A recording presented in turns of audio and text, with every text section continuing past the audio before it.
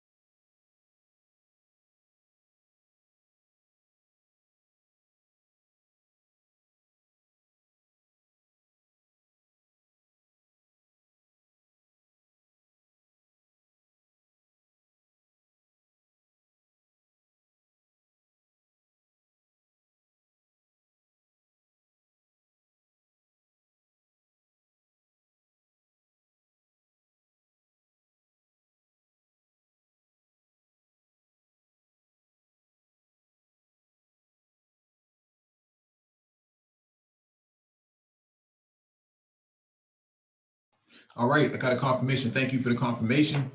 Welcome back to the Black Brain Trust. This is episode 458, Black Tech Talk. Please hit the like button as you come in, share the video if possible, hit that notification bell so you get all the updates from the Black Brain Trust, including those posted on the community tab.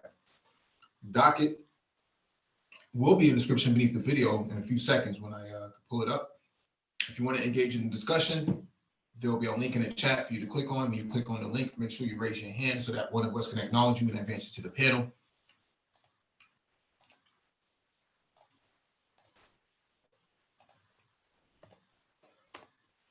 Today, we're going to talk about tech in Africa based on my trip to the continent the other day. Learned a lot of good things. So I want to make sure we break down all of the domains of tech that's popping off in Africa, and that maybe we could actually do some analysis on some of these domains and see how it aligns up with your skill set if you're trying to get to the continent.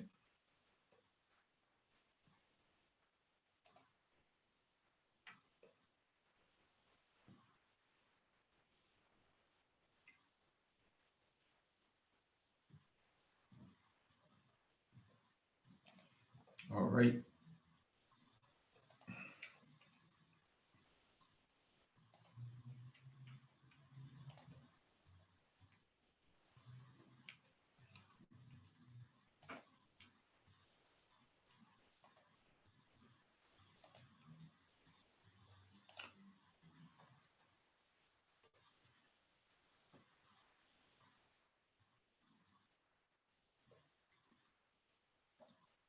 All right, let me give a shout out to some of the people in the chat that are already waiting. Kenny Kojo, salute to you. Complex Design, good afternoon, bro. Man Friday, greetings.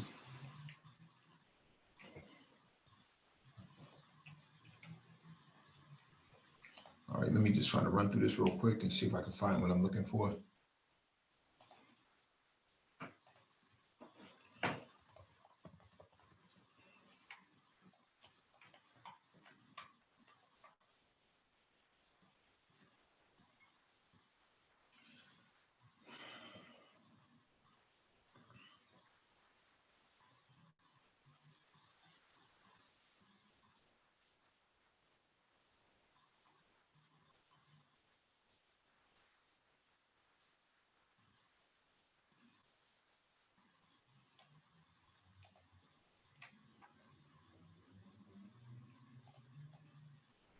What's going on with this thing, man?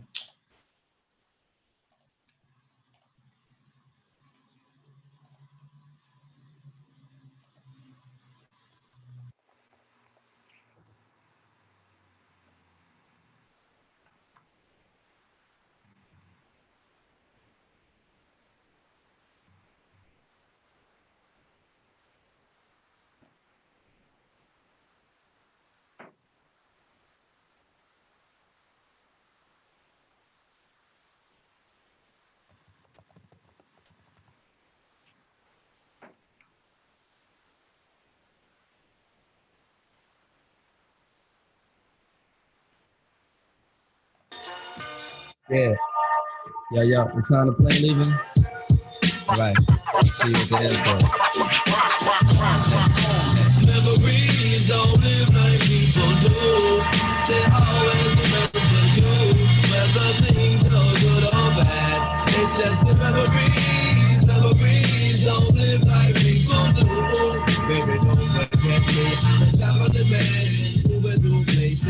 space and time. Got a lot of things I got to do. God willing, I'm coming back to you.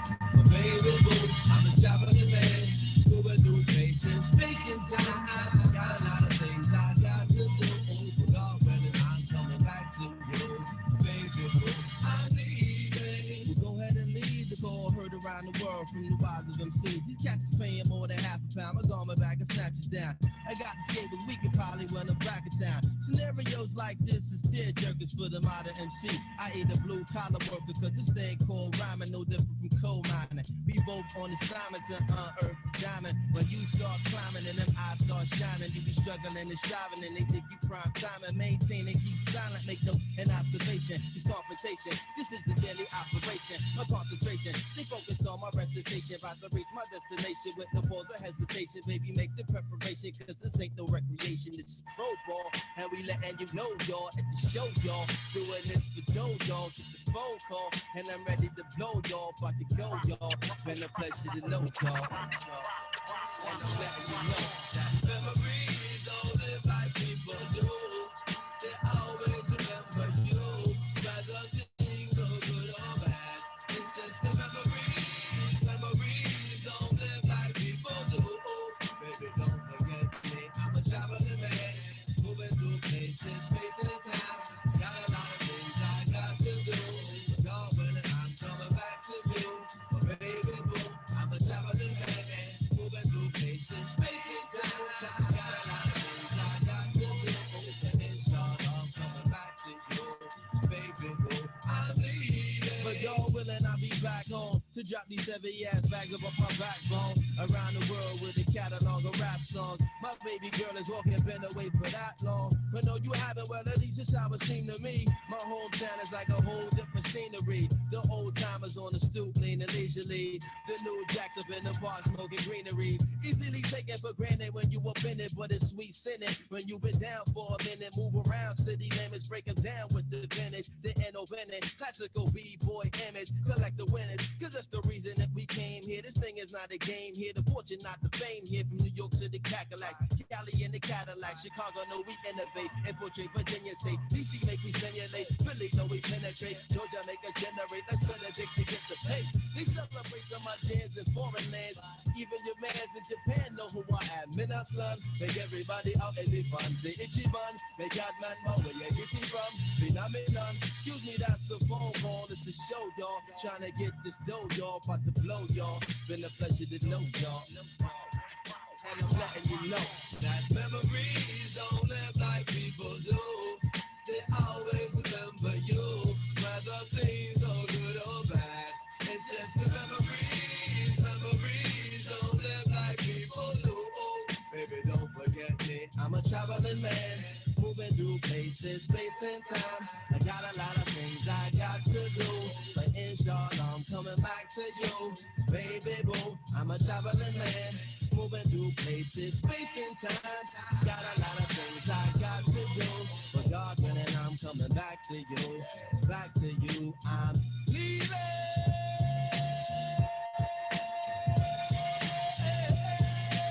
I'll be back to you. I'm leaving.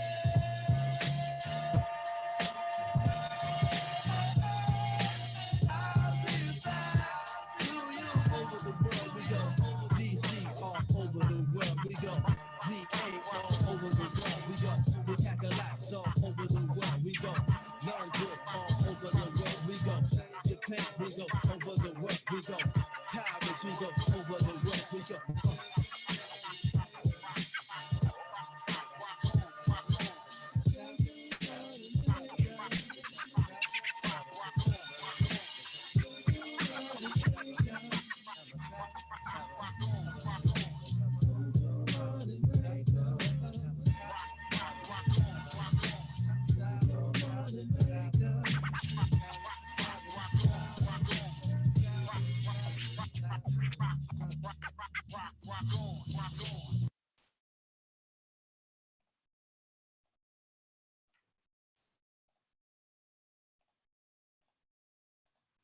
All right, man.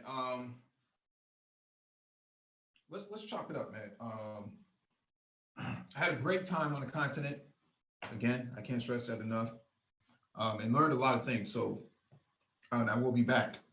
So let me go over the itinerary based on the conference and what they talked about and what we need to be focused on and kind of point people in the right direction to show you how they're thinking versus how the hashtaggers are thinking in the West. Hey, Mike, did you really just hit him with a Mighty Most joint? Of course. Damn. Part of the course. Yeah. Yeah. What's going on, bro? I'm good, bro. I'm good, man. Welcome home, man. Welcome back home. Thank you, man. So yeah, a lot of the things we discussed in the conference as well as offline as well. And what I wanted to do was kind of focus on the things that were recorded from a topic perspective and kind of put some analysis behind the things that were brought up from a conference perspective. Because what they talked about online, I can go into depth about that, but stuff that we talked about offline, I can't always go into depth about it. So I want to make sure that we put some emphasis behind this.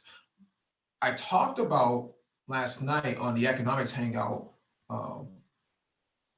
business on the continent, how to go about it, where the links are and things of that nature, what was being discussed and how to go about it.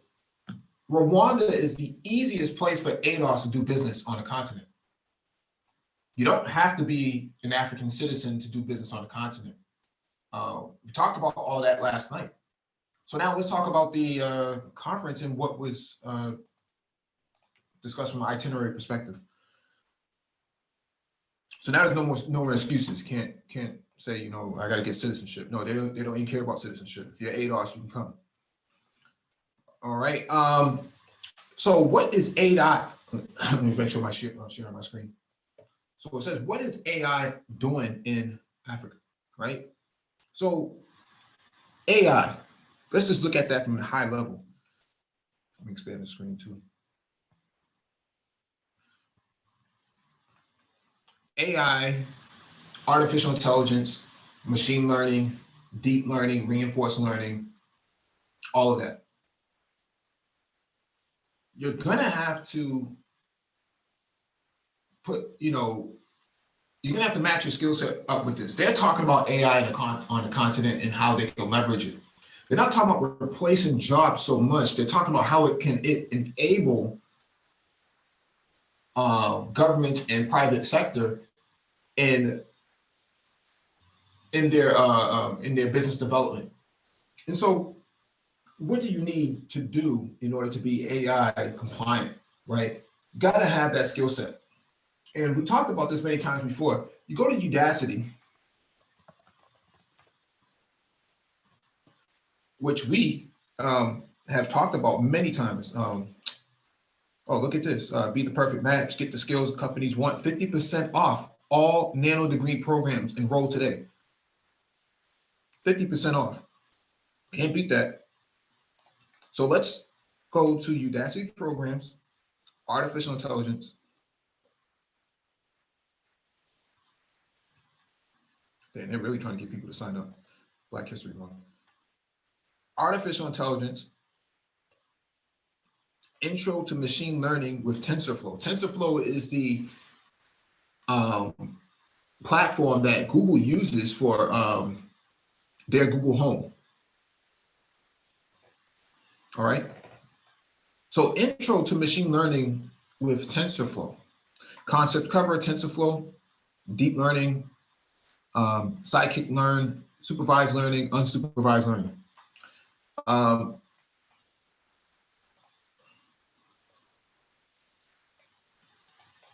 And then you go down to AI product manager. The concepts covered, AI products, training, machine learning models, ML models, annotating data sets, prototyping a product, and then you have intro to machine learning with PyTorch.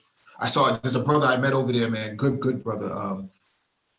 He is he's a SME in Python and PyTorch over there in London. I'll be meeting up with him in a couple more months. Definitely chopped up some serious game with him. Real good brother. Machine learning engineer, concept covered, machine learning, supervised learning, unsupervised learning, deep learning. So it says your path to the right job, machine learning engineer, AI programming with Python, recommended programs, step 1. Step 2 is intro to machine learning with TensorFlow. Step 3 is intro to machine learning with PyTorch. These are all beginner classes. Keep that in mind. These are not really difficult. It doesn't start to get difficult until you get to step 4 and step 5, which is machine learning engineer. Machine learning, supervised learning, unsupervised learning, deep learning, that's advanced stuff. Data structures and algorithms, so that's step 5, intermediate. So data structures and algorithms, problem solving, interview, practice problems, Python. I don't even know what it costs to get into this this program. I think if I remember correctly, it's about $2,000 or $3,000, something like that. But if they're talking about 50% off, I'm almost tempted to jump on one of these. Okay. Man Friday asks if am I coming to London? Yes, I'm coming to London before the summer. I'll be over there. I don't even know what this costs because I've never enrolled in Udacity before, but I know people who have enrolled in it. I haven't asked them what it costs. What it sounds like to me, it must be pretty reasonable. But even at 50% off, you really, really can't knock that. So AI is one of the fastest growing and most transformational technologies of our time, with 2.3 million jobs, million new jobs opening up by 2020. Imagine that. 2.3 million jobs this year. We're already in February. I'm about to say that's this year. Yeah, you have to ask yourself, if you're a hashtagger, what are you doing? 2.3 million jobs. What are you doing? Right? Spend 10 hours per week to advance your career. I can't, I can only give you so much of the game. It's already here. It's already here. It's a nano degree program, so it's 6 months or less of the year that you're going to be acquiring this sort of thing. We didn't have this when we were younger. There was no such thing as a nano degree or a micro degree or anything like that. Man, either you went to college, or you didn't. That's how it was. Maybe you might have an associate's degree, but even then, you had to enroll at a brick and mortar institution. So I'm going to drop this in the chat for those who may be interested.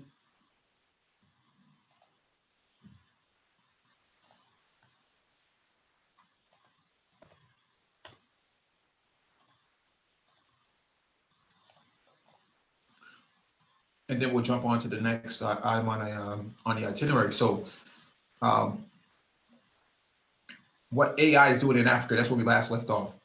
Future of AI, African intelligence, that's what they call it AI. They're not calling it artificial intelligence, they're calling it African intelligence. I thought that was a really, really good discussion too. I was there for that discussion. That's dope. That's dope. I like that. Yeah, they were really chopping up some serious game. A lot of ADOS, foundational Black Americans, get upset when, whenever I or somebody else says that, Africans are moving at least 10 to 20 years ahead in intellectual prowess on the continent as opposed to what they're doing over here in the West. I wasn't just saying that to be petty. I was actually being, liberal when I said that, because that discussion that they had when they called it future of AI, future of African intelligence, that's how they're thinking. Okay, that's how they're thinking. I'm not saying this to, I'm not saying that to try to poo-poo on the brothers, man, or the sisters. But I'm just saying that because that was the conversations I was having on the ground. That's how they're thinking. That's their intellectual intelligentsia class, as Complex likes to say it. That's how they're moving. They're technocrats. I mean, It's a statement of fact, dude. That's the thing. It's not really subjected to opinion, really. If you're moving like that, you're moving like that. Yeah, that's how they move over there. Now, is everybody moving like that? No, but they protect that class of people. if you try to get close and call them an educated lame or something like that, doesn't fly over there. So I'm putting emphasis behind it because that's how they move. So AI is really big. Man Friday asked a question in the chat: what is the compensation for a job in that field? Engineering cannabis said 150K above for machine learning. He's right about that. I've seen roles for AI around 175 to 200K. If you're really adept at that stuff, man, you're really highly sought after, especially in the Northeast. All right. They talk about startups. Startups is a really deep conversation that they tend to have over there. They don't talk about business. They talk about startups. Startups. They're all about that culture. They push that culture really hard, and so that's their way of thinking. Cryptocurrencies, Ethereum, Litecoin, XRP.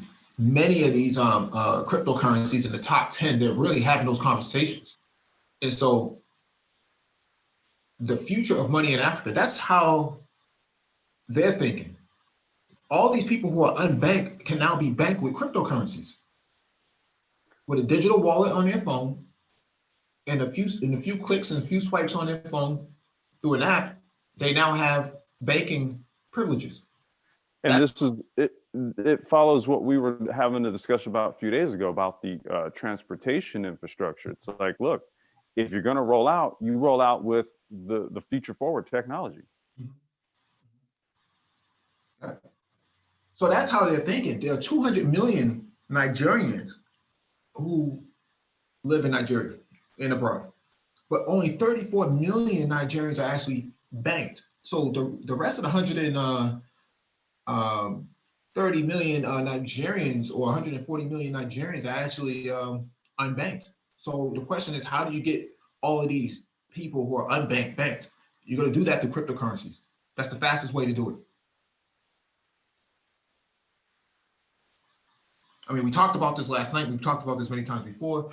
You start talking about micro transportation. You start renting scooters out, e-scooters out. For all the mileage they accrue, they get rewards. The rewards go into a digital wallet. Now they're go from unbanked to banked, just like that, in a few swipes and a few clicks.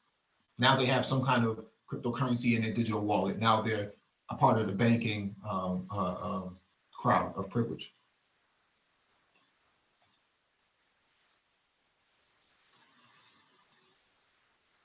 Meet the Continent's new powerhouse spotlight on Egypt. Egypt is doing big things over there. A lot of people sleeping on Northern Africa, but Northern Africa is about to come up in the next couple of years. They're doing some very major things over there. Once they get some political stability in that region, because Libya is unstable, Libya's situation is unstable. So once that becomes stable, you'll start to see more proliferation of the North starting to take precedence in tech.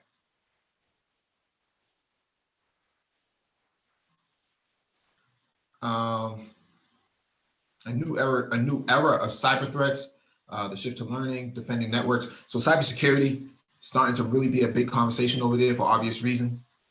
They lack a cyber security and cyber resiliency framework. So that's why there's discussion around that. So cybersecurity, add that to your list of things to keep in mind.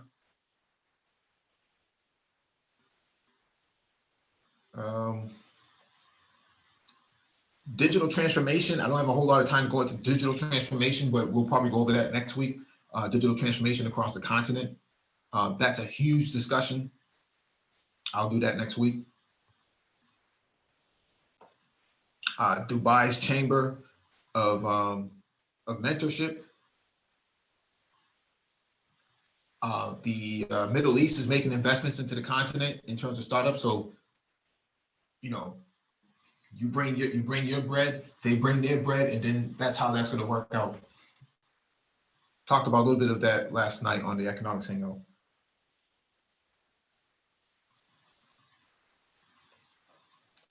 All right, the $9 billion untapped business-to-business distribution network in Nigeria. So I talked about that before, like the Nigerian economy is about to explode because of what I just read here, $9 billion untapped.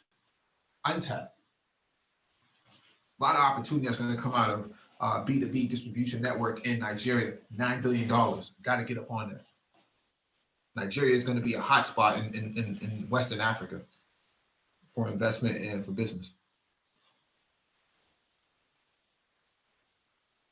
Future of fintech, so digital payments, lending, and savings. They're having these discussions, these new sort of banks that can be opened up, micro banks, micro lending, micro investment, all of that's coming into play. Money from the West that comes into the continent can actually go a long way. And so $50 actually goes a long way on the continent for micro lending. So you start doing things like that. Now you start to tie people into a new sort of financial paradigm, which is called fintech.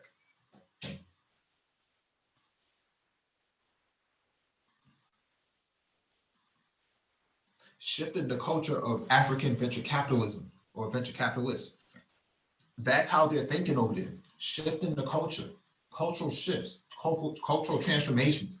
That's the sort of discussions that they're having about business, startups, and things of that nature. So you have to have that discussion. Pardon me, man. I just got a little bit of food in my mouth. Mhm. You have to have that discussion because in order to leverage technology, you have to have a cultural change. You do have to have a cultural shift that goes along with the technology that enables you to do new things. Mm-hmm. You can't do things the old way with new technology. It's impossible. How to raise funding in Africa, self-help session for founders. So they were talking about how to get money invested into startups and just business in general, but more importantly, startups. So a lot of funding actually stays in Silicon Valley for investment, but there's a lot of untapped potential on the continent that they're talking about, and they're wondering how do you get the investments into these startups. You know, Bird Scooters was valuated at $2 billion, $2 billion valuation. Started in 2017, it's now 2020 and worth $2 billion or in valuation. You don't have that sort of valuation calculation on startups on the continent. And so what's happening here is a lot of money is being pushed into failed startups and a lot of vaporware in the West. But on the continent, there's actually some tangible ideas coming from startups that could actually be beneficial. But they worry about risk because there's a lot of fear mongering about what goes on in the continent, people living in mud huts and stuff like that, and that somebody's going to, a Nigerian prince is going to take off with your money. That's not really true. I mean, meanwhile, you got people living under freeway overpasses in tents, right? But never mind that. Oh, yeah. Yeah. Fintech, investing in the hardest sector on the continent. So they're having these discussions about Pan-African investments. Where should the money be going, and what are people investing into? And so those discussions are being had or were being had at the event. And I think that they're making the case for a lot of emerging tech. They're making the case for it. Before, people would just look at it like, well, a person living in a village would probably be like, well, what's AI? What are you talking about? Right? Why do we need to, what's AI going to do for me? Right? My belly is growling right now. What's AI going to do for me? But in reality, AI would have mapped out, a heat map for where, hunger and things like that and famine is taking place, and would actually delegated the resources, and would actually had a drone drop off, dozens of drones drop off aid packages to this area, and there will be somebody on the ground to receive it. And so that's how that worked. But that's what they're talking about, investing in the hardest sector on the continent. The hardest sectors is everything fourth industrial. All right. mobile money, a leading force for the digital economy. So mobile money, we talked about this before, cryptocurrencies, digital wallets on your phone. That's how they're thinking.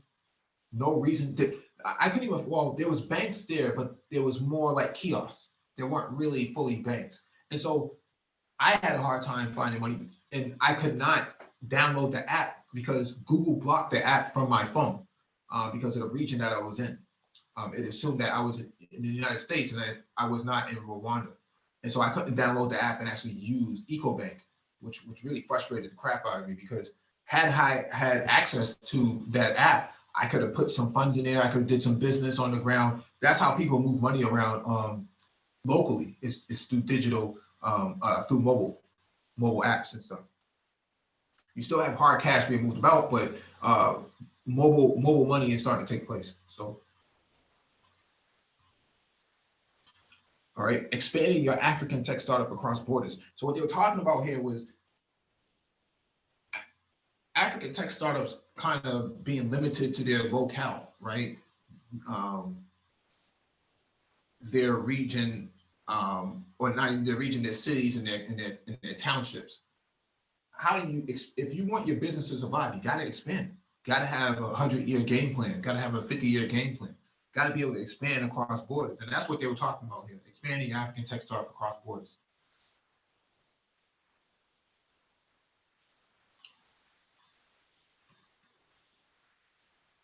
All right. Mobile money in a cashless future. We talked about that already.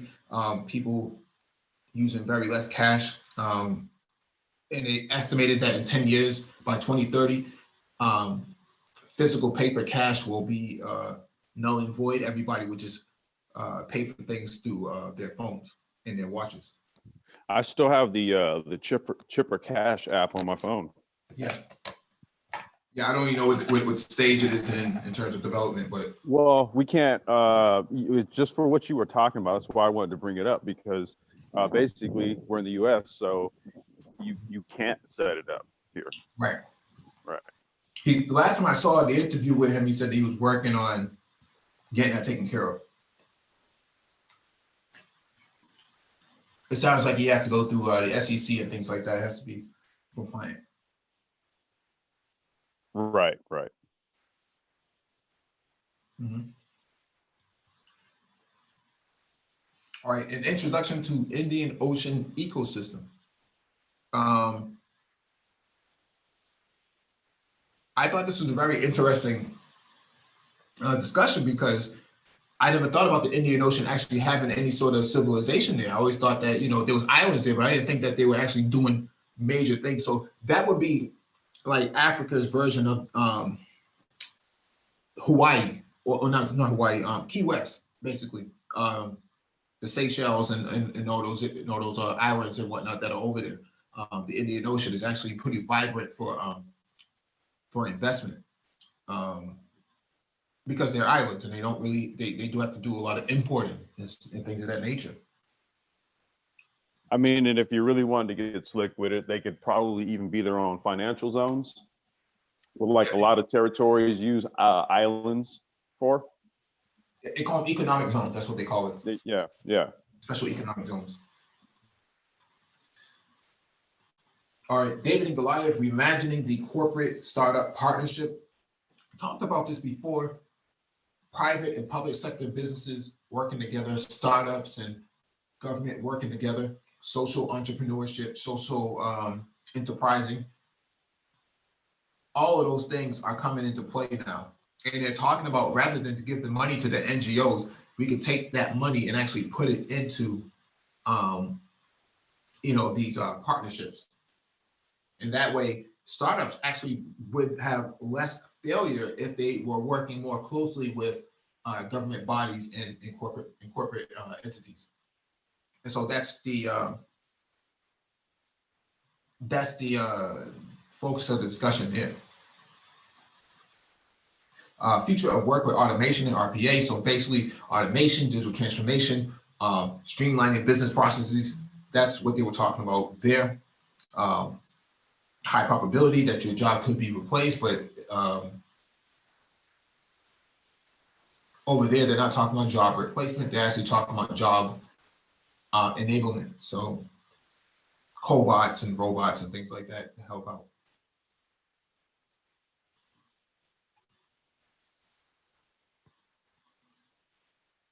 Future face of banking and mobile financial services in Africa. Again, they're putting a lot more emphasis on mobile banking, mobile finance, micro lending, micro investments, micro banking. That's what they're talking about over there.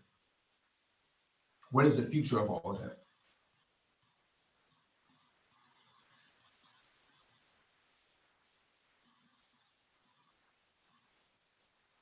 Driving business growth with digital consumer insights. So basically, data analytics, big data analytics.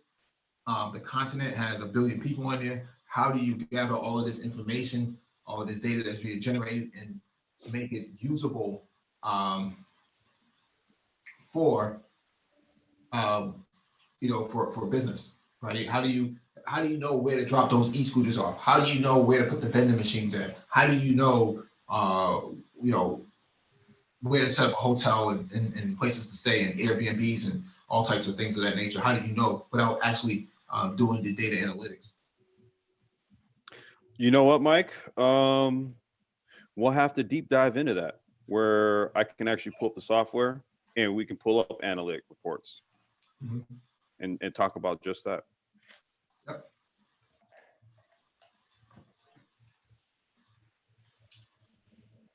All right, mobile consumer, big data analytics and trends.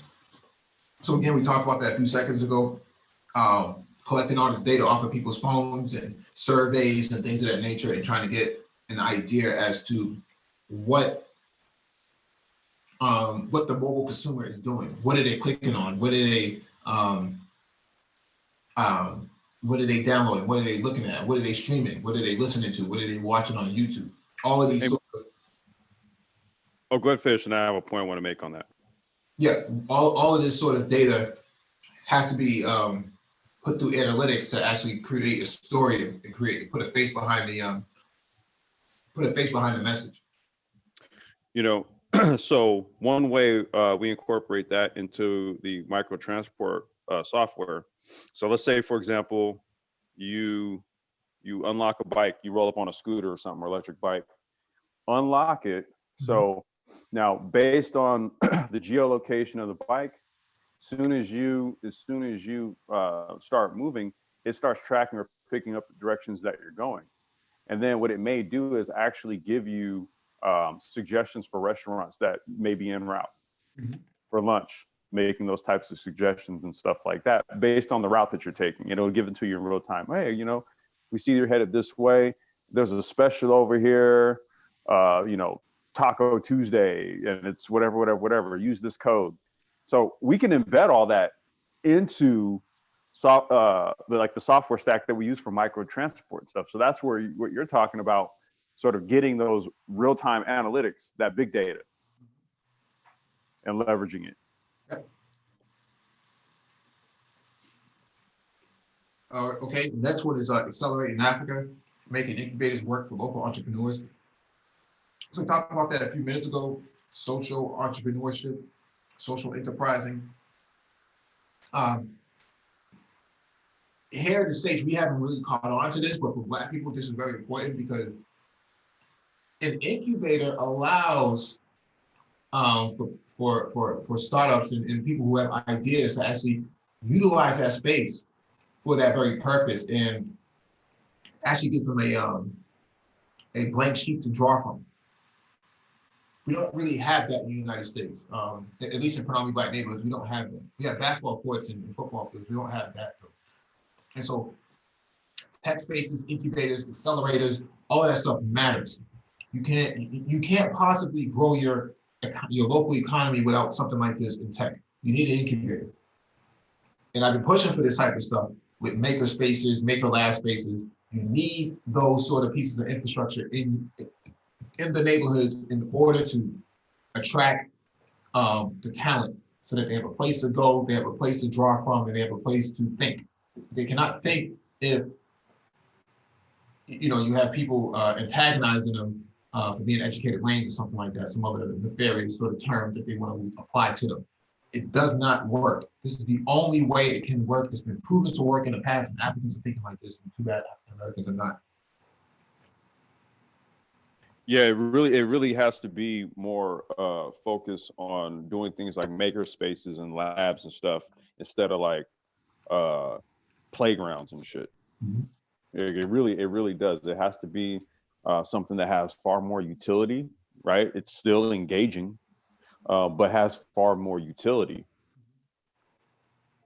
It's going to be there for a long time. It's going to be there for a very long time. As long as people, see, people need to come there in order to, you need to have a continuous stream of people coming in order to get funding for it. Mm-hmm. And so if people stop using it, then it doesn't get funded, and then they shut down the operation, then you're SOL at that point. So Right. you know. See, I mean, man, if we were doing like civic planning and shit, right? I'm not going to digress too far, but if you were doing civic planning, see, what the thought behind what Mike and I are saying is like this. So when you have that type of thing, in a given space, here's what it also does. It also creates like ancillary business opportunities. Now it makes sense for somebody to go and open up a little RC shop, for example, right? Because you got people printing parts, building a little electric automated cars and stuff like that. And because there's a culture of people involved in this, then it would also support businesses, and entrepreneurs who might spring up a business like a little RC car shop or something like that, for example. So this is why these things are important, because it not only does it cultivate a tech orientation in the population, especially the children, but then it feeds them into other things. So now they can take these things that they learn, now they can go and buy like very sophisticated models, do their own tinkering on that. And then from there, we've already talked about this, typically RC cars, you springboard off of that into something bigger. Well, not even RC cars, like the brother we covered in what was that, Tanzania? Was that Kenya? Brother who the one who had who made the car? No, the one who had the AWS racer development kit. Yeah. I think it's in East Africa. That's all I know.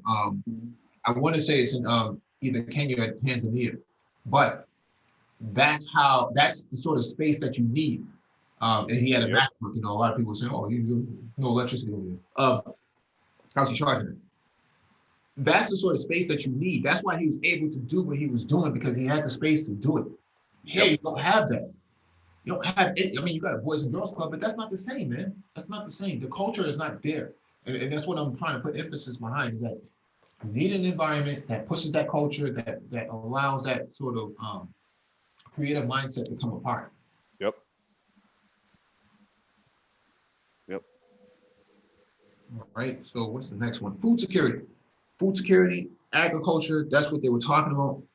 How do you enable farmers to produce better crops with big data? You're pushing down big data to them, but what happens when they don't have modern technology? They only have a dumb phone.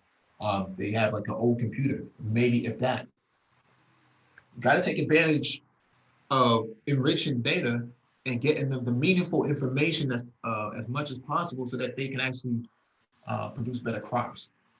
So food security isn't about some guy with an M16 guarding, a basket of rice or something like that. No, this is leveraging all the modern technologies available to enrich agricultural produce. When should they plant seeds? When is it going to rain? How to enrich their soil today?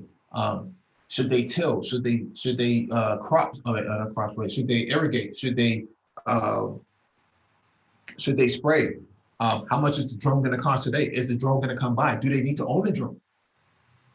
Right? Can we subsidize the drone so that it can just do its flyby and then take off? Imagine something like that. Tractors. A farmer doesn't have a whole lot of money. How do we get them access to a tractor like an Uber or a Lyft sort of program, and then the tractor comes by for an hour or 2 hours and then it's gone. They don't have to worry about the maintenance of it or taking care of it or owning it or paying any insurance or anything like that. Blockchain, how do we keep documentation, proper paperwork on livestock and things of that nature? When a livestock got sick or whether or not it's healthy, all of those things generate data and need to be accounted for, and the blockchain will help accountability in these areas because there's immutability on it, and so they can't fudge the books or cook the books, so to speak. Yeah, we're talking about basically seed to sale platforms. Yep. Yep. So that's about food security, and then it's a big open industry over there. So big data analytics, machine learning, blockchain, AI, drone technology, unmanned vehicle technology, and maybe even smart devices. But I would argue, and I've said this before, maybe a week or so ago before too, that I think smart TVs will have to take precedence on a continent because not everybody can afford a laptop or a big desktop, right? So imagine having, the TV that you watch for entertainment actually become of use when it comes to receiving data or searching the web. I think, personally, I think Facebook is dropping the ball on this sort of opportunity. You have 2 billion users, but not everybody. I mean, yeah, you can access from a small feature phone. But what if I can just pull it up on my TV? Wait. Wait, you're talking about, you're saying using smart TVs as sort of like using it as a desktop? Yeah. Huh. That's a big market. Using a smart TV as a desktop. I mean, because you can run apps and stuff on it. Right. I mean, think about it. iMac right now, 27 inches, 32-inch iMac. I mean, that's a big TV, right? I mean, it is. You go back a few years ago, that would have been a TV, but now it's a computer. But what happens when you have a TV that has some functionality to display apps on there, Facebook, Google search, Bing, and things like that? Yeah. Why can't we do something similar to that? I think that smart TVs are going to be. Well, I think they kind of are. They kind of already see it. It's just it's not being used the way you're talking about. Right. And I think that we have an opportunity to do that. The Linux Foundation does have Tizen. Let me pull that up because I know some people may not understand what I'm talking about.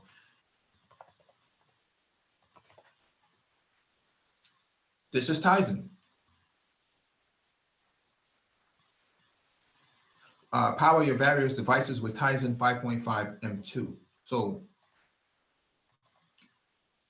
Tizen, connect everything: openness, optimization, and opportunities, wearables, TV, IoT, and mobile. Boom. Just like that. Well, goddamn. So when we talk about, smart TVs, we're not talking about, watching YouTube on your TV. We're actually talking about leveraging that real estate space of the TV, 32 inches, 42 inches, 50 inches, and turning it into a actual computer, a desktop computer. You don't need a Pentium, or not a Pentium, a Intel Core i7. You don't need all of that. You just need something that's going to give you data in context without killing your eyeballs, on a small screen on a phone. You can just pull up your TV and then receive all this information. If you're a farmer or if you're some from a rural area worker, you have this TV sitting in front of you in your house. That is your home office. Dude, you legit, all you need is like a Bluetooth keyboard and a mouse. Yeah. Yeah. Most of these TVs already have a remote, right? So you pretty much can flip the remote open and it'll have a keyboard on it, right? So you're basically moving it around. And so that's my perspective. I think that smart TVs are going to have a place on the continent in a way that it doesn't have in the West. In the West, we have access to MacBooks and Apple stores and stuff like that. You don't have an Apple store over there. You don't have Microsoft store over there. You don't have a Tesla store. You can just walk into it and buy a car. It's not how it works. Things work differently over there. It's very unique. It's very proprietary. You got to think around that environment.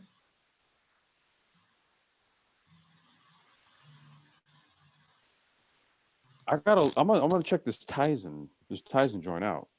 Yeah, Tizen has been around for quite some time. I know it's at version 5.5 now, but the thing is, Samsung took it over. I know there was other people involved in the development, and so yeah, last update was December.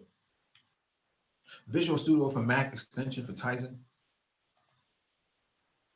So let me drop the link in the chat for that.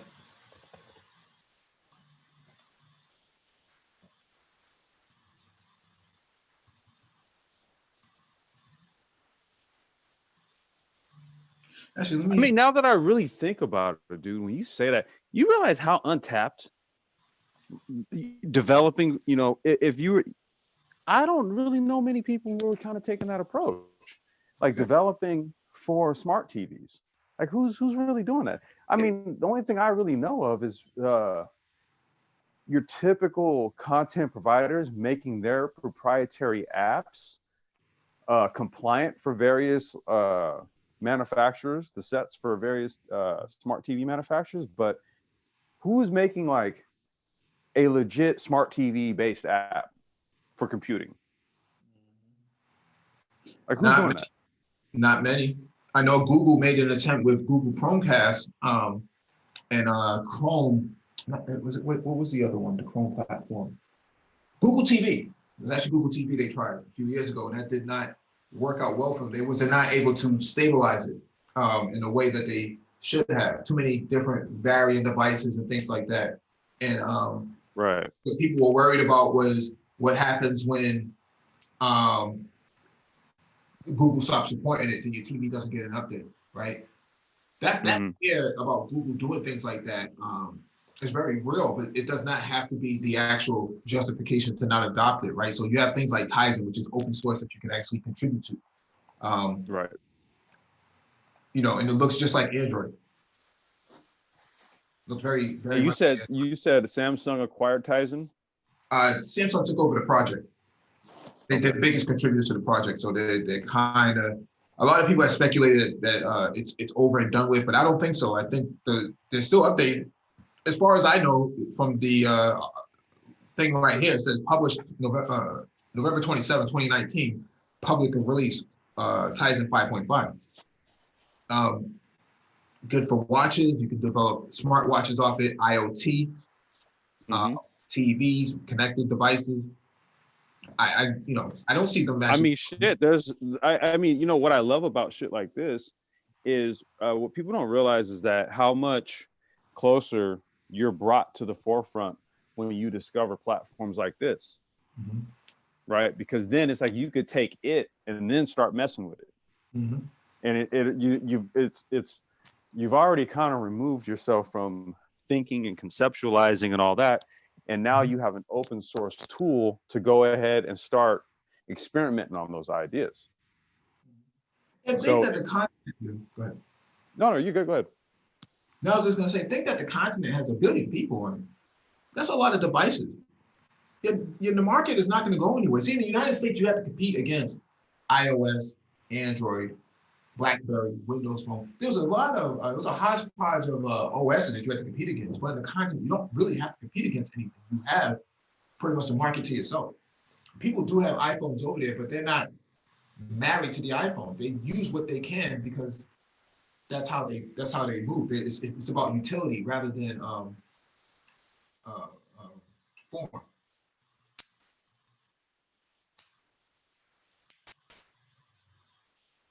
Let me drop a link in the chat. The iPhone there is very much a luxury item. Okay, yes, here is actually have that. Yeah, here it's more of a chick thing, or not chic, CHIC. It's just the kind of like the thing to have, and pretty much anybody can get it if they're willing to go ahead and finance it for $1,200. But there that it's not, you don't just readily buy Apple products like that just everywhere in Africa. So a lot of it is secondhand, refurb market, secondhand market. And then for those who got the dough, yeah, they'll go and scoop the 11 Pro Max. Well, you have to also think and take into consideration that, yeah, they bought an iPhone, but that might have been a year's worth of saving. That iPhone drops and it cracks, it's of no use to them. They just lost, a year's worth of retirement or something like that. They hold on to their phones for dear life over there. So that's why,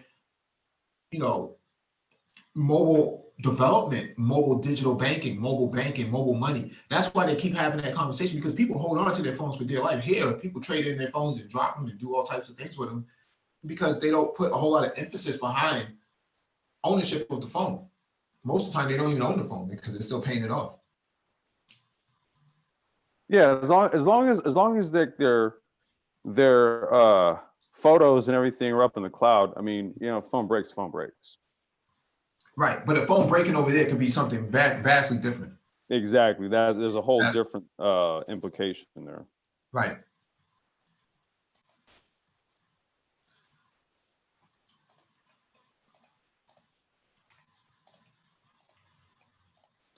All right.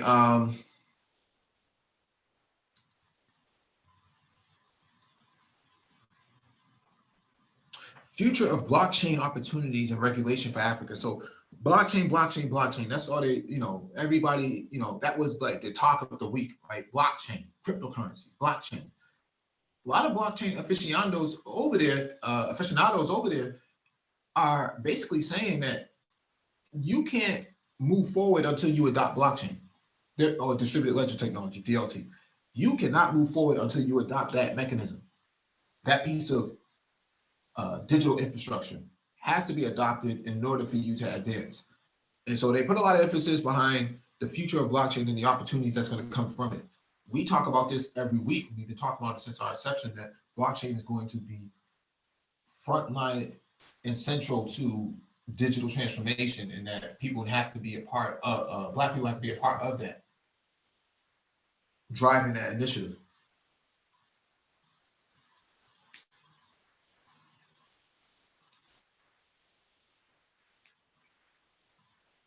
All right. So the opportunities that they were talking about is land deeds, birth certificates, digital identities, compliance. Making sure that information that should be sensitive should be protected. Dude, you're talking about full government infrastructure, basically, by sector. Yeah, through lines of code. Yep.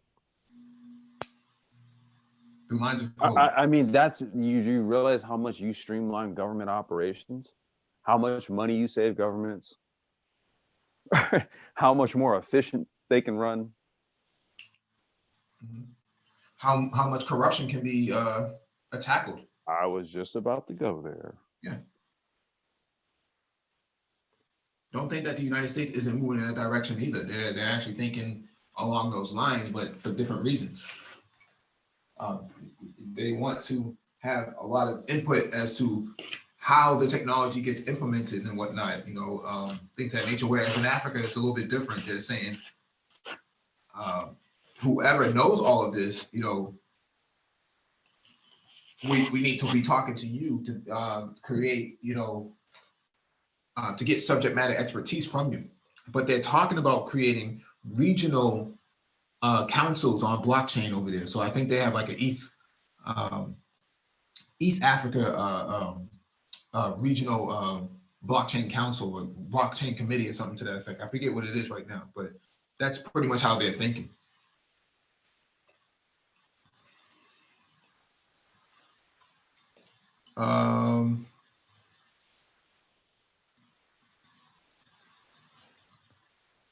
Data protection and privacy regulations, key developments in industry and society must embrace as African economies pursue integration.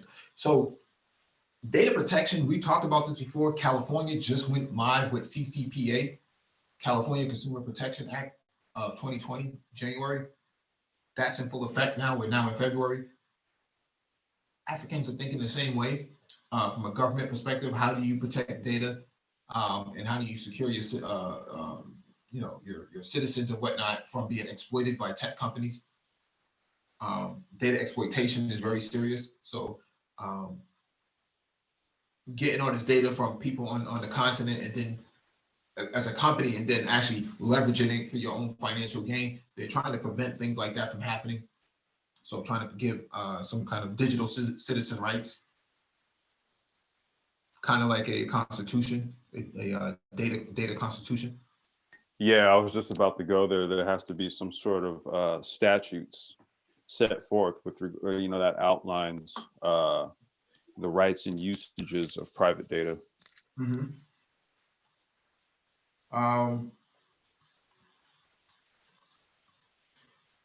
Scaling up, the zip lines expansion to Rwanda, to Ghana. We talked about this many times before, but drone technology on the continent is huge now for 2020. Somebody who has a drone came there to the drone expo at the same time. I'm about to say they had their own expo. Yeah, African Drone Expo. These aren't toy drones. This isn't DJI. This isn't, stuff that you can get from Toys R Us. These are big commercial sized drones, 6 feet, 10 feet wide, fly for 20 miles, fly for 30 miles, no charging. Copter drones that are strong enough to pick up 40, 50 pounds of weight, drop it off, 5G connected, 4G connected, Wi-Fi connected. Just a myriad of these sort of emergent tech.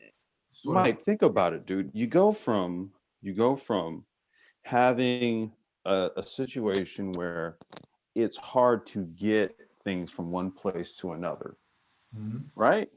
To if you logistically set up the flight hubs, you go from logistical nightmare to logistical future overnight, because now in the blink of an eye, there's a machine that can just grab packages, supplies, whatever, up in the air, traverse, drop, back, go. You know what I mean? Mm-hmm. Like, this is, again, one of those instances or those situations where we talk about, it's like, look, you got to understand how you can just future forward things just by mere implementation of it. There's no need to say, well, you first need to start out the horse and buggy, move your way all the way up through, CNG, gas buses, and then only then can you talk about drones. That's absolute bullshit. You start talking about drones now. Yeah. So this is actually a drone that's based off of hydrogen. The one we're looking at right now on screen. This is running off of hydrogen, not even batteries. So if you look at the little background, it says 2022 inner city personal aerial vehicle. This is how they're thinking over there. Okay. If you look at the little background, the little backdrop right here, you'll see that there's streets and waterways and buildings and infrastructure, and they have drones flying around, dropping things off. Right here shows. Let me see if I can't really. It's that graphic off to the left right there. Post delivery. Yeah, right there. Post delivery. This is what they're thinking. What the hell was I just talking about? This is what they're thinking over there. I'm not making this up. Look at this little. I literally just said it. I'm thinking it. Yep. Like this is practical application. This is a living example of it right here, what we're talking about. You think we're talking pie in the sky shit. There's a graphic right there in the background letting you know what the thought is behind the creation of this type of shit. Don't take our word for it. Mm-hmm. It does have a controller, but then it's also 4G enabled. It's hydrogen based, not battery based. So there's little circle at the top. You can program the flight pattern. Like you said, it's not, you can also operate it autonomously, right? Yep.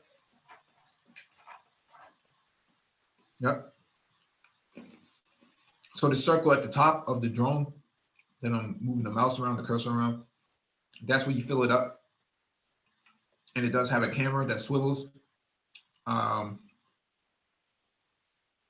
This is a massive drone. This is really, really big. I mean, look at the size of this chair here where people sit, and then look at the size of the drone. It's gargantuous. It's not something small.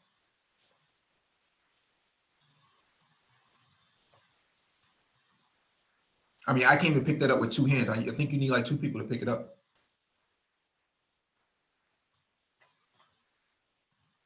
All right. So when we talk about zip line and flying from Rwanda to Ghana, that's what they're talking about, moving medicine and goods and logistics around to these different places. In Africa is actually the hotspot right now for drone technology, micro transportation, things like that. I almost def be there, man. It's in the works right now, man. I got to plan this out, but yeah. We'll look at a couple more drones and then move on to the next item on the docket. But this is 3ST mod, massive size drone. And you can see the guy sitting down, look at the size of the drone. So this is considered to be an environmental drone. Let me zoom in. You can see right here it says RF, LTE, central server, LTE, central control system, automatic route flight, GPS navigation, real-time monitoring system,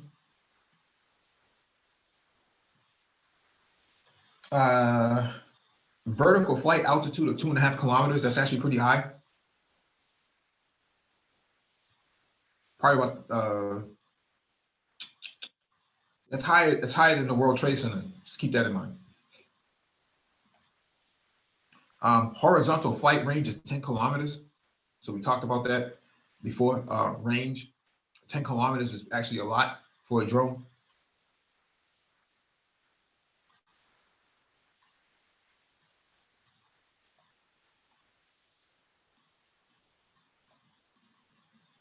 And the accuracy is within 0.5 meters. So you're getting very close, a half a meter. So half a meter would be 3 feet. So you're talking 1.5 feet.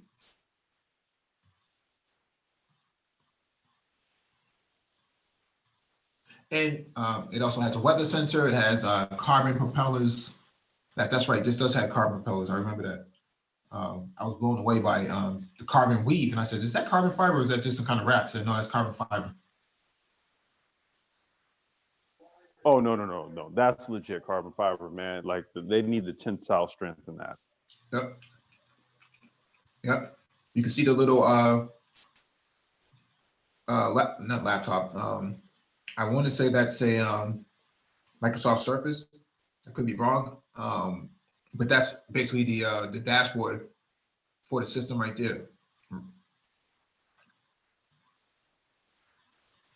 the reason why I'm bringing this up is because Africa does not have the same, the continent itself does not have the same FAA policies that they have in America. So it's hard to test drones over in America in the way that you would want to get the best results from your testing because, you know, all of the red tape. But over there, red tape is very little. So if you want to test out 20, 30 drones at a time, go ahead and go test them. No one's going to bother you.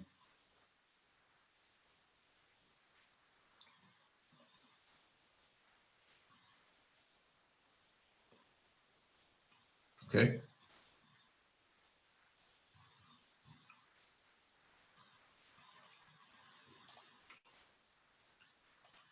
On the next one.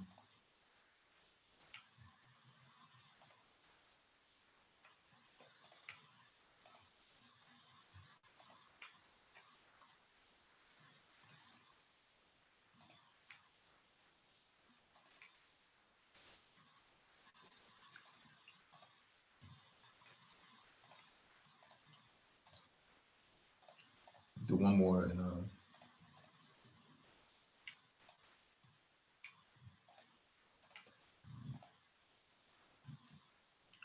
Yeah, this one is called the wing copter. And so this moves and operates just like the U.S. military's Osprey vehicle. Um, and it's also made of like carbon composite. So it's pretty durable. Even if it crashes, it shouldn't break apart that easily. And so this is meant for speed. You lift off through a copter mode, and then it takes off in a propellant mode. So pretty interesting product.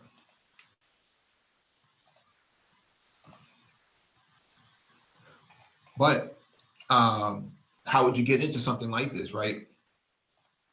Let's go to Udacity real quick.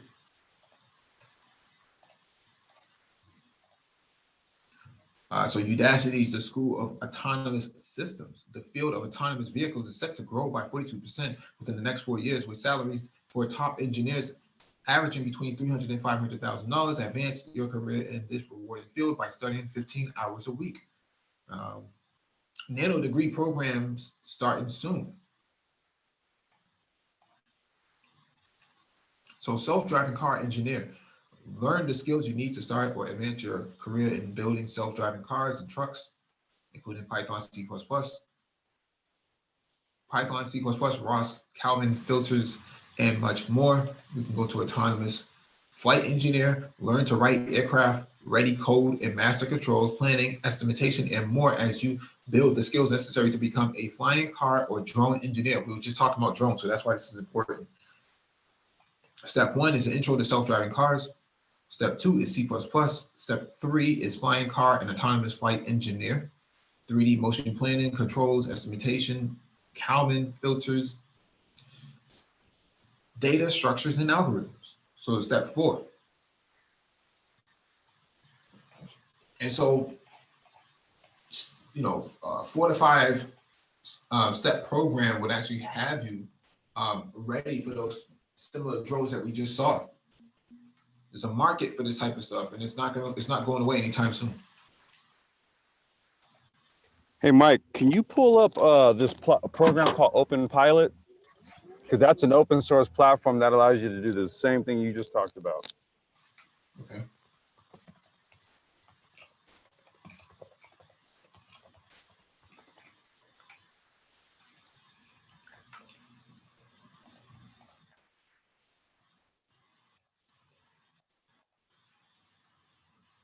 Since Open Pilot is an open source semi-automated driving system developed by Comment.ai, Open Pilot operates as a replacement for OEM advanced driver assistance systems with the objective of improving visual perception and electromechanical actuator control.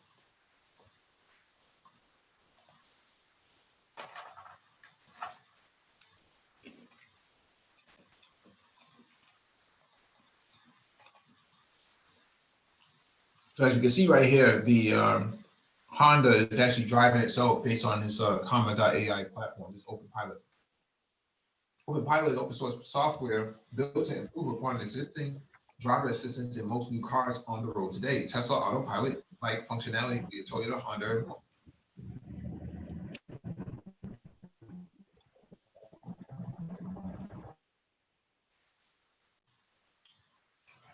Put the car on the internet with Comma Prime. Interesting. Manage a real-time connection to your car with our app. The first 3 months of Comma Prime are free with the purchase of Comma 2.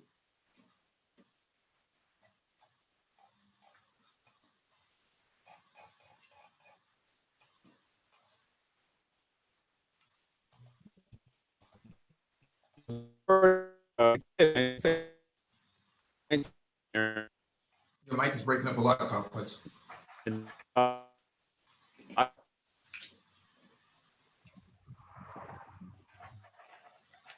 Your mic is breaking up a lot.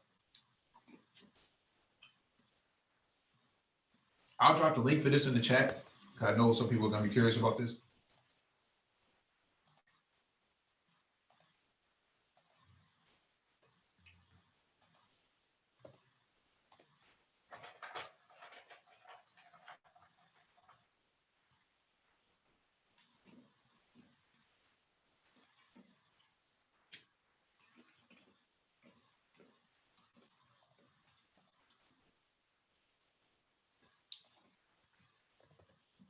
I'll also drop the Udacity link as well, because I think people are going to be really interested in that.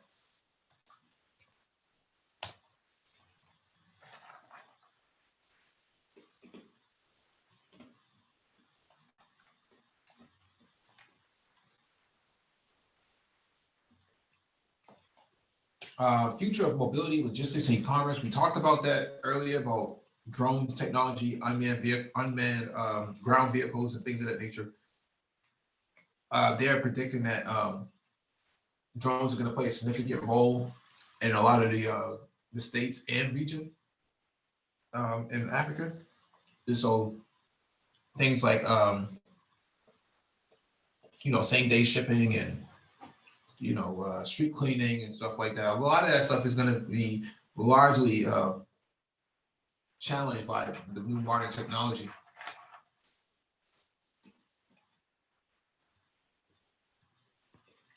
Scaling innovation across Africa, opportunities and challenges.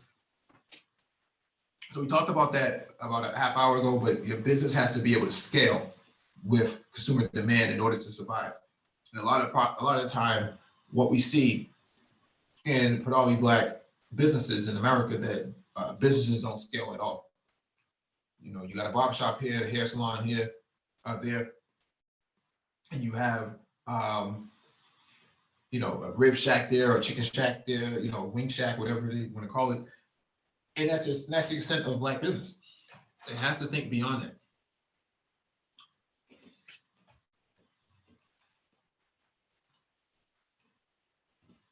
All right. Going short and long, what does the future hold for African e-commerce? A lot of them were long, some of them were short, but at the end of the day, I think what they come to the conclusion is that all bets are on the continent, but it's a matter of how you place your bets. That was a pretty good exchange. The last one is tackling climate change through innovation. Talked about this before. IoT, sensors on the ground, sensors in the air, drone technology. We saw the movie Twister, I think it was, where these guys in these pickup trucks in the Midwest were chasing these tornadoes, and they were launching these vehicles, these sort of portable devices that the tornado would suck up, and it would spin these little modules around, and it would allow the weather people, the meteorologists, to track the position and the trajectory of the tornado. Some of that stuff is starting to be used over there from an open source perspective, from a startup perspective. Climate change is real over there because they go through droughts, they go through floods, they go through all these things. And there's not a whole lot of communication that is involved with people in these villages that, hey, there's a mudslide coming your way, you might want to get the hell up out of there, right? Imagine how many lives could have been saved had they pushed out had the government had the ability to push out a text message to alert everybody in that area to get out while you still can. Just 5 or 10 minutes is enough for them to seek higher ground and actually get out of the way. Because they're disproportionately affected by climate change, despite the fact that they're not the ones causing the climate change. Black people in America are suffering the same exact problem, right? Because in most predominantly Black neighborhoods in the summertime, the weather is actually 10 degrees hotter than in non-Black neighborhoods. And so what happens here is you have people who have asthma, people who suffer from strokes, especially seniors, babies who is trapped inside these project dwellings, these unsafe residencies, and they're suffering from a lot of these, climate change impacts that really have not been largely their fault. It really has nothing to do with them. They're just the recipients of the fall. They didn't cause it, but they actually are suffering from it. But how would you know that, how to measure the climate in that area? Well, an IoT device that's connected to a network is going to measure the temperature in that area. And when they measure the temperature in that area, and when they measure it in a non-Black area, and predominantly white area, they're going to make that comparison. They're going to also test the air quality. They're going to see that the air quality is bad. The temperature is higher. It's just almost a recipe for disaster. You can connect that to how it shortens their lifespan. Even the type of green vegetation that's growing in the area, if there's a bunch of weeds and stuff like that, not marijuana, but the actual unworthy vegetation that grows in that area, that's actually sucking the moisture out of the air. And so it makes it difficult for them to breathe. And it's up to the city's public works sector to actually go out there and actually triage these issues, because that's what they're paid for. It's tax dollars. That's their public entity. Why aren't they actually addressing this issue?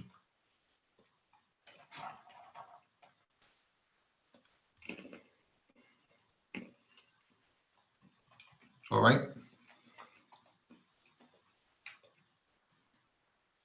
Hey, Mike, I'm still out. I don't know if my mic sounds cool or not. No, it's cool now. Okay, I'll be back at the pad in just a minute. So. All right.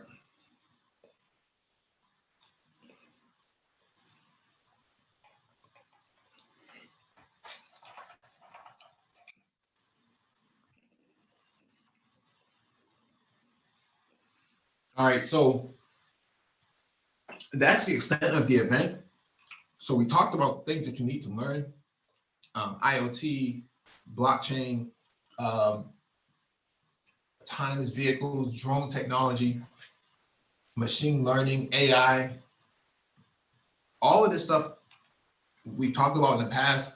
This is the level that they're talking about over there on the continent. You gotta be prepared for all of these things. You can't just walk in there and say, yeah, I know how to work Facebook. Yeah, I know how to work YouTube. I cook people. That doesn't work over there.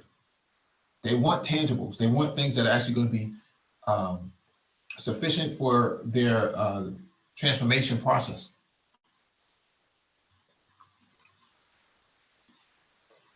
And if you don't have that sort of skill set, you're going to get left behind. We covered an article about a couple of weeks ago from the McKinsey report that shows that Black males will be disproportionately affected in the next 10 years through automation and other sort of emerging tech that's going to replace their job or keep them out of the competition. So that being said, although the continent has a wee ways to go, you know, maybe two to 5 years, 2022, 2025, you'll start to see a lot of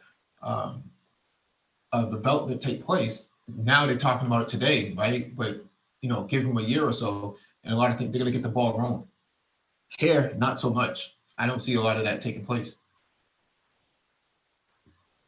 I know some people say, well, you can't compare the continent to a country. You can't compare, hashtaggers to the whole continent.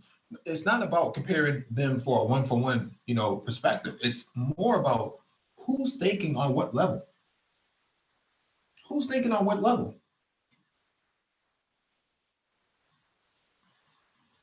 You're mad because I bring this up, but that's how they're thinking. I'm showing you the itinerary right here. This is what they're talking about. And then you go into Black YouTube and people say, well, YouTube is just for entertainment. Bullshit. They don't see, over there, they don't see YouTube as entertainment. They're leveraging YouTube for all types of purposes, learning purposes and whatnot. And I don't see them having the same kikied up, ha, ha, ha, sort of moments. They're not doing it. From what I saw, they're not doing it.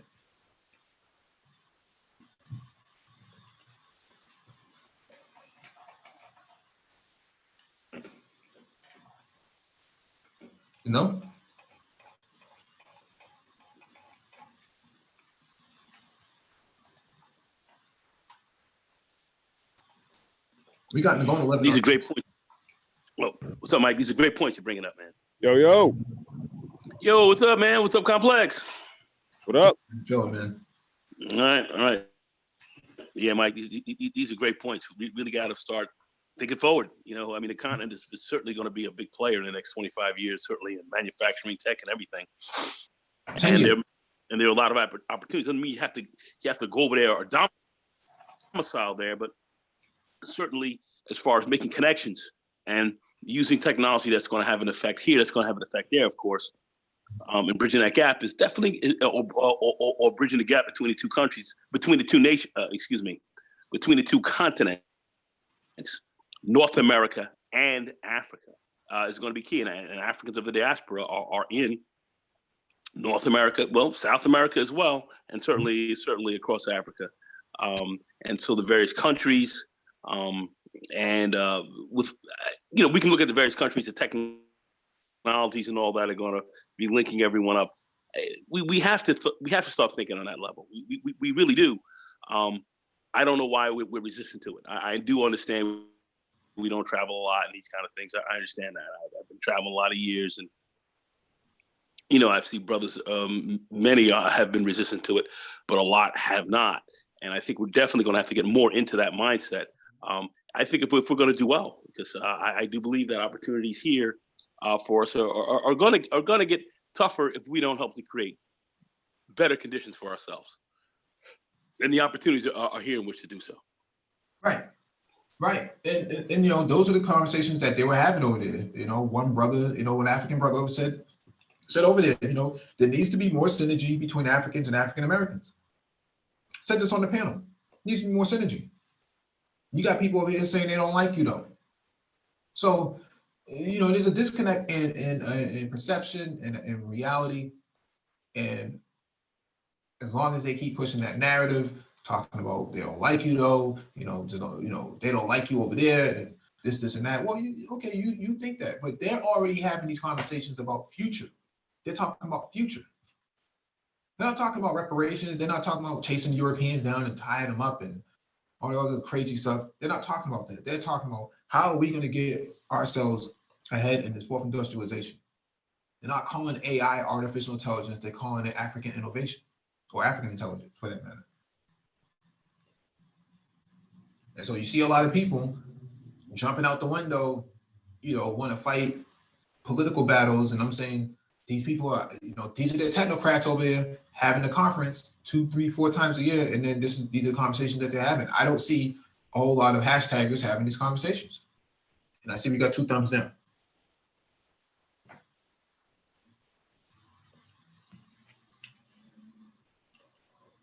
Gotta love it, man. Mike, love it.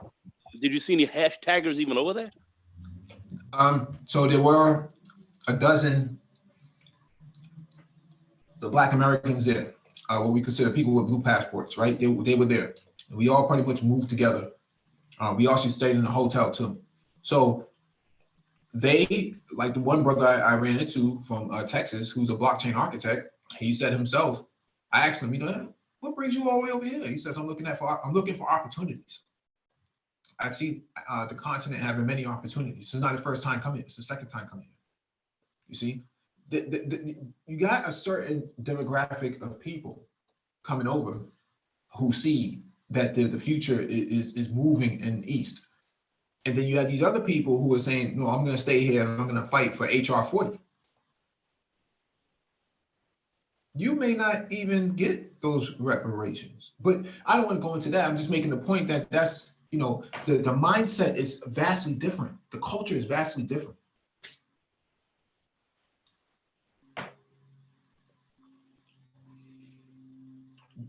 Man Friday asked, can you get citizenship in Rwanda? I think you can. I think you go through marriage though, but you don't need citizenship to do business in Rwanda. Rwanda is open for business for African Americans. You just show up. I did the live stream last night. Go over that live stream that I did for economics on the continent, and it talked about that. I'm gonna reiterate. Your boy is proof of that. Oh yeah. I mean, yeah, you need to be on the ground. You need to have some boots on the ground, but you don't need to be a citizen. There's a special economic zone for foreigners. And if you happen to, marry somebody over there, it is what it is. You become a citizen.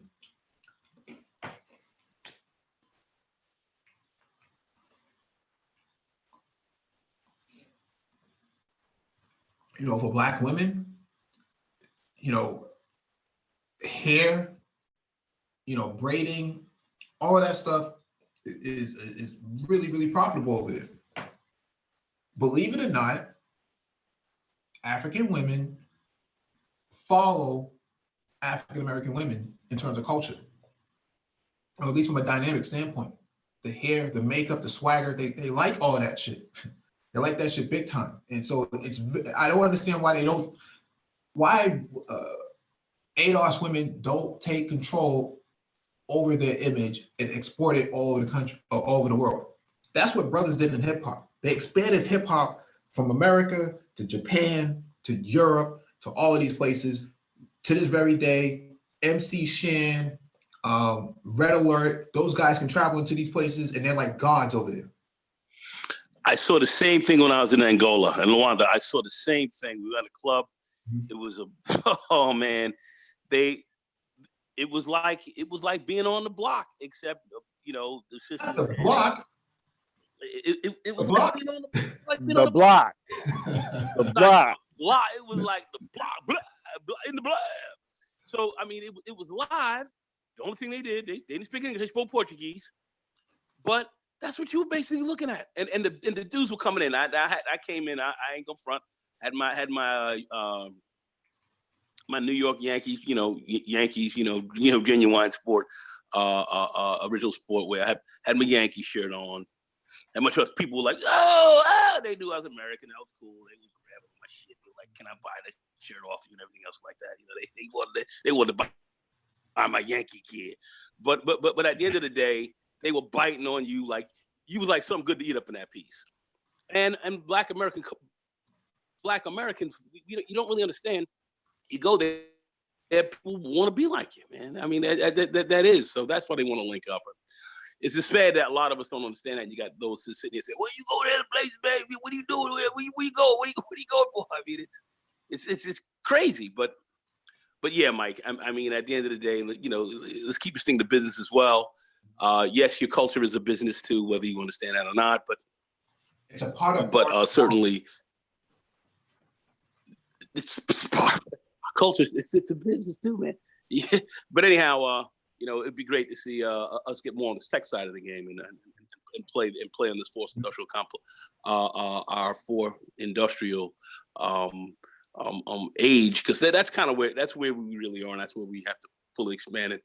It's just great to see you go over there, Mike, because I think that kind of puts a monkey in the wrench of some of the narrative that some of these people are trying to push, and I think we have to continue to go over there, and I certainly am. I know Complex will, and we're definitely going to expand on this. No, I'm next up, bro. I'm next up. I'm next up. Oh yeah, I'm on. I'm on it. I'm next up, bro. Real shit. Yeah, let me answer this question in the chat. Janella Henry says, question, where do you see the teachers in the future, preschool to college teachers? If you're talking about the continent, that's really big. So a lot of the Black women that I see over there are, in fact, teachers over there. They teach English and they teach other sort of subjects. If you have a basic college education as a Black woman, even in psychology, you can make a lot of opportunity for yourself over there teaching. There's a sister from Namibia who lives in Namibia now. She's married. I forget her name now, man. I spoke to her before I went to the continent, but she's the one who encouraged me to come to the continent. She was on Al Jazeera a couple of years ago talking about this, or a year or so ago talking about this. Brexit, Black people leaving America, going to the continent, and so she's a teacher over there. She's married to one of them brothers over there, and she's doing very well for herself. So yeah, there's a lot of opportunity for that.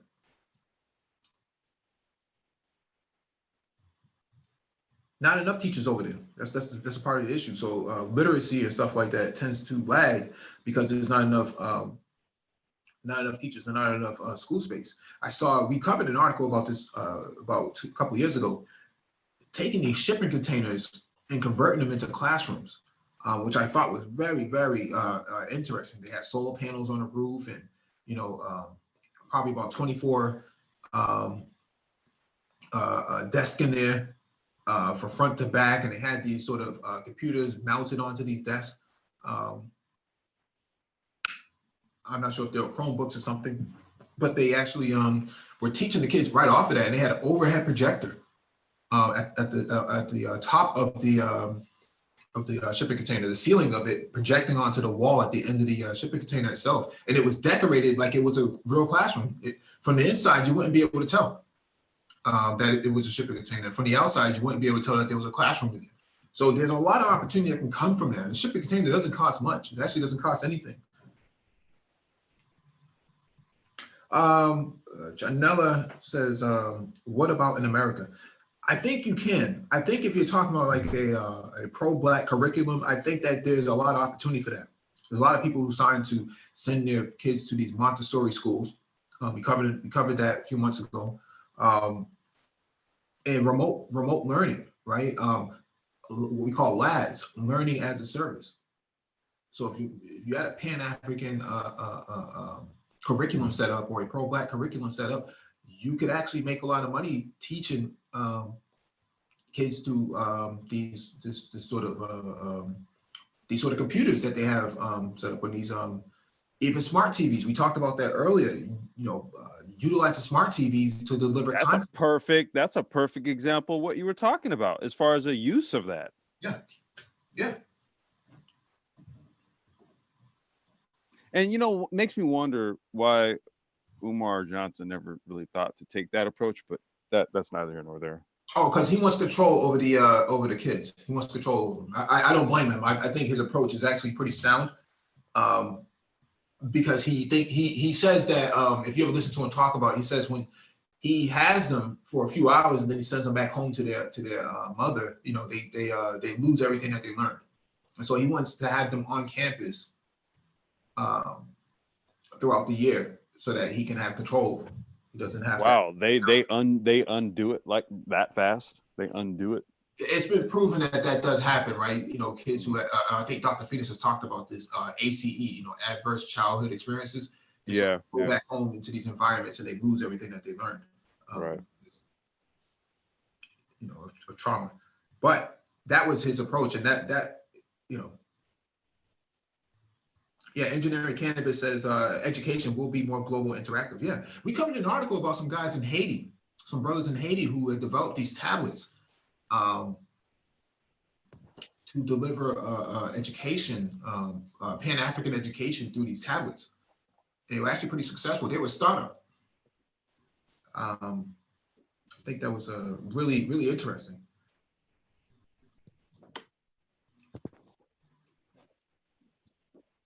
Hey, Mike, did you cover? I know I'm coming here a little bit late. I've been a little busy here today, but did I ask you? I don't know if anybody mentioned this, but did you speak on like their whole desire to get startups going big time?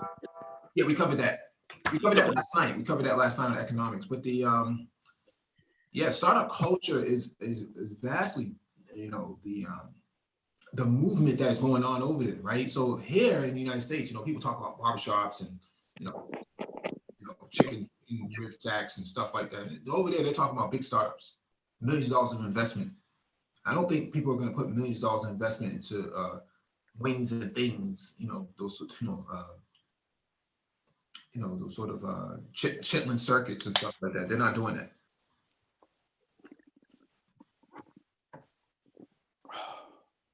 But any sort of business now that has a domain, a www dot, and a potential app to it, it's considered to be a tech startup now. So even if you did have a restaurant, if a restaurant has a website to it and potentially a menu that allows you to order from an app from on your phone, it's potentially a startup then at that point. The culture is there. It's just that it delivers a different sort of service. It's just food as a service, right?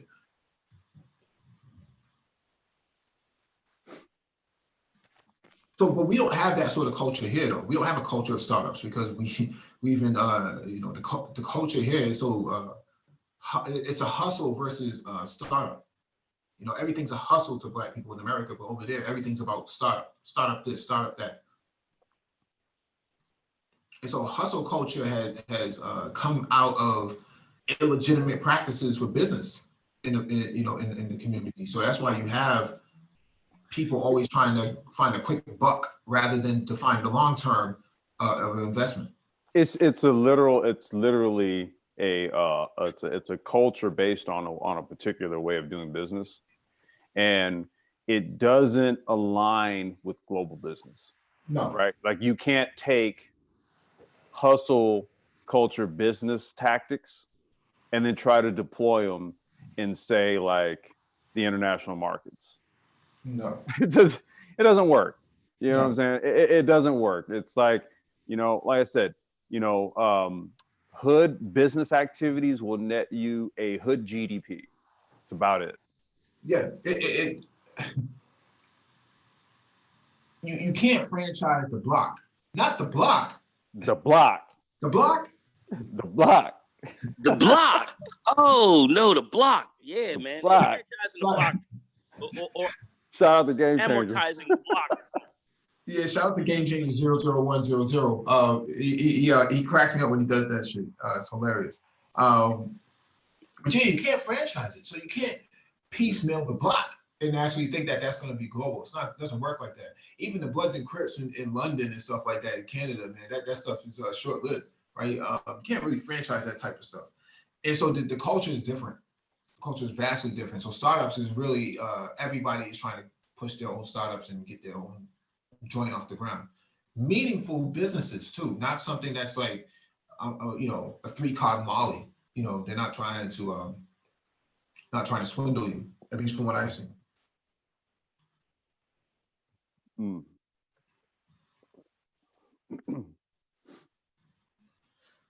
What do we got? 2 thumbs down here already? Oh yeah. Yeah. Man, it's kind of. It's par for the course now. Yeah, it's kind of the norm now. Yeah. I guess we're not talking about ratchet females and some of the other crap. I guess with Neil. So I guess this is not the proper alley we were talking about. Hey, that never put money in my pocket, so I don't know. Yeah. I guess we're talking about something a little different here, since that's a bit of a problem. I understand. I get it.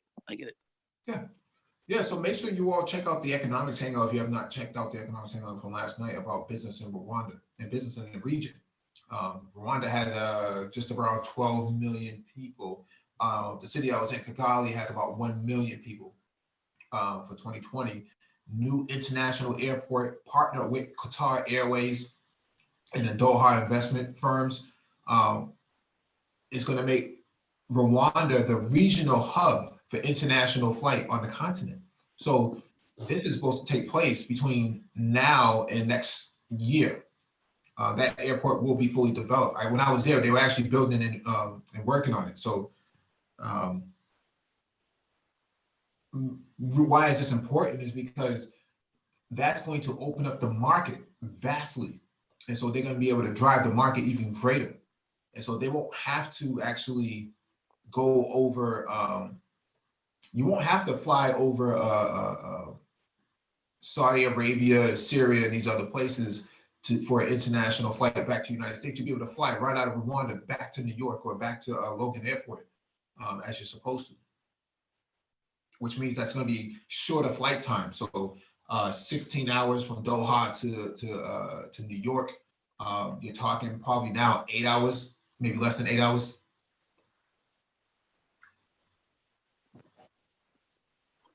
That's short time. That's short flight time. That's good. Yeah. That's short flight time. Yeah. Too bad we don't have any more of those supersonic transports around, those Concorde. Those Concords. Yeah, I heard about them bringing it back. However, what's the time on that they're going from New York to Paris? No, past 3 hours. Wow. Mm-hmm. 3 hours. And that was 20, 25, 30 years ago. Yeah. Hell, even longer than that, actually.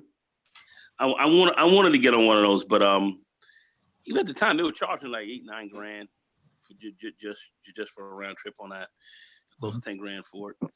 I mean, so it really was the kind of the jet set community with people who wanted to go back and forth to Paris or go back and forth to England, which was essentially was about 2.5-3 hours. That was about it. So that's pretty fast. But if they could have something like that, running back and forth to Africa.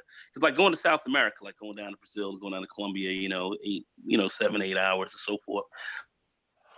8 hours, some 9, depending on if you catch a quick stopover. But anyway, like I said, that's not a long time. It wasn't long like when I was going out to Thailand or going out to Cambodia or something else like that. That was, that damn it was taking me 24 hours to do that.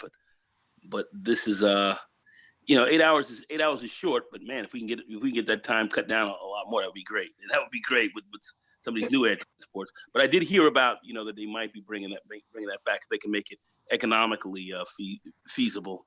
I think Lockheed Martin was talking about they were testing something last year. Let me see if I can find it. Like a new Concorde variant?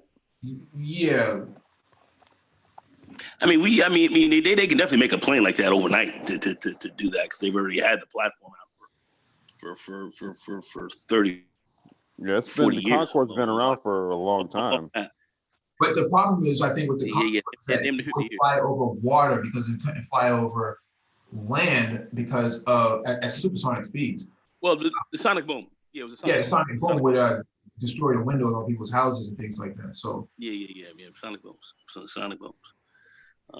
And then you didn't have enough people flying out, and so they made it kind of economically, kind of expensive. See, in my view, every flight that somebody should have taken out of whatever airport, a portion of that ticket that you're buying would pay a little bit for that Concorde to bring the cost of that of that down. So if you got to pay an extra $10 or $20 on your ticket, to kind of offset some of that cost there, I think they could have made it a lot more. They could have spread the risk around a bit more. I think that would have been the smarter economic model for that. But they didn't do that. Well, I think the economics based on ticket pricing and stuff like that, there's more like new money in circulation, right? I think you have more people who would actually pay for something like that now as opposed to back then. I mean, $8,000 or $9,000 for a plane flight back in like the 80s and shit. That was expensive. That's I mean, still $8 or $9 grand right now. I'm going to look to avoid an $8,000 or $9,000 plane. But if you're a business executive and you're coming out of Silicon Valley at the emerging of the generation, that was not a whole lot of money. No, it wasn't. And plus, if you were doing it and he was a company write-off, a lot of guys are traveling corporate. It's a corporate write-off, so it's not a problem either. Yeah. But just for individuals, I think, a lot of people were going back and forth to Paris because the business community was kind of keeping it up, but they needed more tourism, more tourists to fly. And really you had the business, you had the business executives, and then you had the very wealthy. That was pretty much it. That's not, you can't run an entire airline operation. Nah, you can't run an intercontinental off of just that market. No, not at all. And it proved to be not cost effective, and that's basically why they scrapped it all. Right. You had the very wealthy folks who were flying around was saying, that was kind of like their own little private jet set crew and all that. But all that was well and good, but it wasn't really paying for everything. So you just didn't have enough people, going like that. But if you had the ticket more affordable, certainly they could have, gotten the people to get on it, and then you would have got a lot of people. Because hey, look, if you can fly from New York to Paris, or if you can fly from New York to the continent in 3.5 hours, 2.5 to 3 hours, hey. Let's do it. I mean, we got an Aurora aircraft out here right now that can go from Miramar in California to Hawaii in 20 minutes. This image right here shows that Boeing to help Ariane develop supersonic jet as Lockheed Martin exits. So I mentioned Lockheed Martin earlier because Lockheed Martin did have a prototype set up for commercial flight, supersonic commercial flight, and so it sounds to me like they got out of it not too long ago. But it looks like Boeing is actually helping out in this area. So I would say that I wouldn't hold up I wouldn't get my hopes up for this, but Qatar Airways seems to have mapped out that Rwanda is going to be a major player in terms of the aerospace. With the investment to Rwanda Airlines or Airways. And Mike, we just covered that a couple of nights ago, right?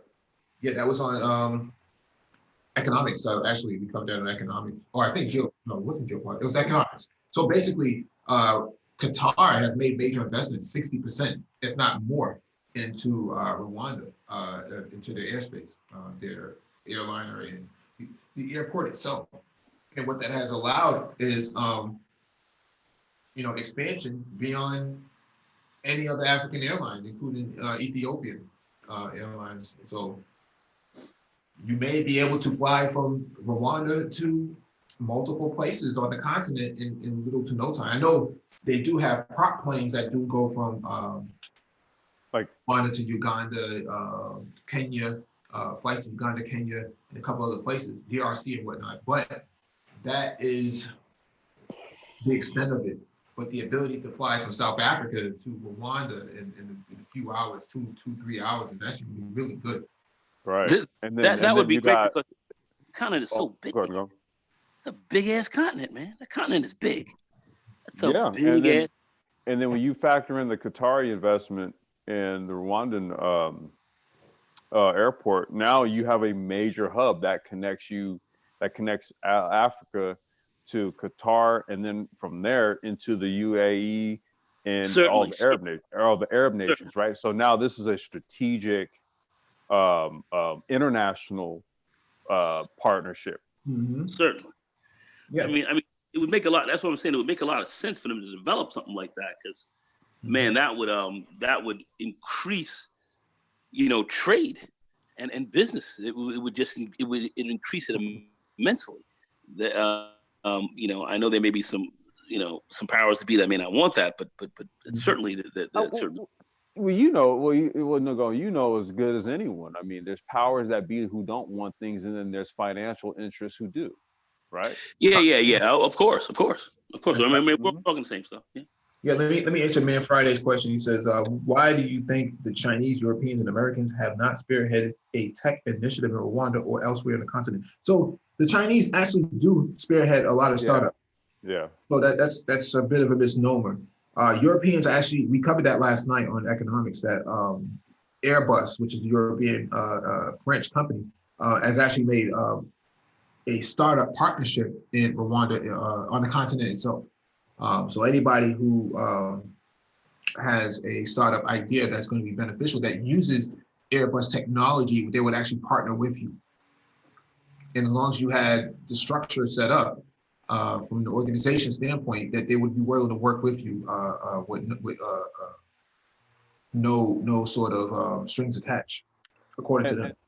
And something else to really recognize here too, what kind of really sets Rwanda apart from a lot of other sectors within the African continent is that Kagame's government made it a very explicit declaration that it is going to be a tech leader, right? You see, so the sort of like the basis of their government is largely technocratic.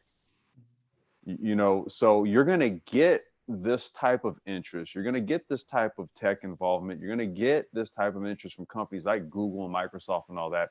When your government establishes how serious they are about being a leader in a continent that has 1 billion people and is pivoted for growth. I mean, goddamn, we cover the continent quite a bit. And to this point, Kagame's government is the only government in Africa, to our knowledge anyway, that has really made this type of commitment. So much so to the point that 2 people on this panel have some interest in it already. Yeah. So he says, and Americans have not spearheaded a tech initiative in Rwanda. Two people on this panel, 3 people on this panel. My bad, I forgot to go and use muted, bro. That's right, 3. Oh, you highly finished. Hey, real talk. No, it's 3. It's 3 in the. Actually, it's more than 3. It's just 3 here. Yeah. Yeah, for sure, man. I mean, I'm definitely rolling out there. But I'm sorry, Mike. Go ahead. Yeah, he says, and Americans have not spearheaded a tech initiative in Rwanda or elsewhere on the continent. Americans are very, we talked about this when we were there, but Americans are very apprehensive and risk averse to invest in there. And so a lot of the mayonnaise people that were there, or the pale face people that were there, were actually South Africans. They were the dominant pale face force over there, if that makes any sense to you. They're not afraid of investment because they're from there, for all intents and purposes, regardless of how they got there, they're actually from there. They know the lay of the land and they understand it, and plus they're tech driven.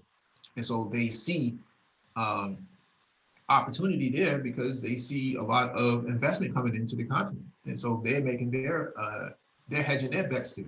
Americans, not so much, because Silicon Valley still looks down on the continent. Jack Dorsey, the head of Twitter and Square, actually said himself that there's a lot of growth potential on the continent. He's going to go live there this year. I think he already started living there. So Bill Gates, yeah, he's been trotting around. I know Mark Zuckerberg has made his way over there, but that's the extent. There's not a whole lot of people from Silicon Valley that see the value in the continent, and that's a shame because a lot more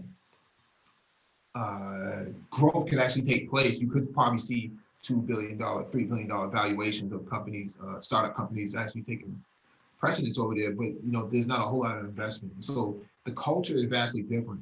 Western culture looks at the continent with a side eye, and the continent is standing there with their hand in their pocket saying, we need more investment. And so this.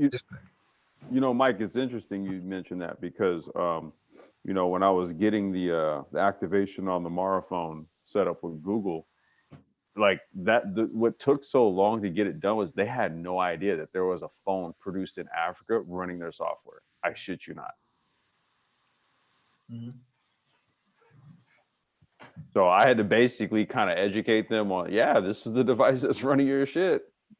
Yeah, I think. I think a lot more people have not really caught on to it as of yet because they're stuck with their iPhones, right? So the phone came at a time when people are already adopting the iPhone. Mm-hmm. And so because of that, you still have a lot of people holding on to their phones for the reason that phones are a luxury to them. They can't afford to break their phone. A lot of people who have phones, man, they clutch those things like with a death grip. The person who's driving me around, she had two phones. One for taxi service, and then the other one was for her kids and whatnot. So she keeps that stuff separate. But still, the point of the matter here is that that's how they operate. If they're gonna have a non-iPhone, non-Apple product, they're gonna have a dumb phone. A what? A dumb phone. A dumb phone? Yeah, a phone that has no sort of smart features. So that's like a Nokia candy bar phone. Not a feature, right?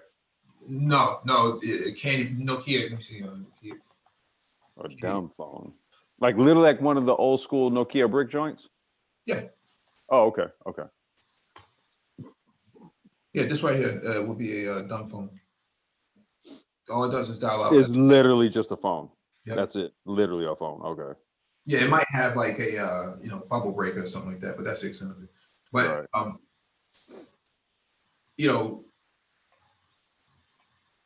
A lot of unique challenges, but a lot of opportunity that comes out of those challenges, man. Anytime you box somebody into something, they got to figure their way out. So if all these people are walking around with these dumb phones, well, how are you going to develop content, enriched data that can be delivered to their phone? Well, you're going to have to come up with some SMS messages that's going to be critical for them, or you're going to have to push that stuff through WhatsApp.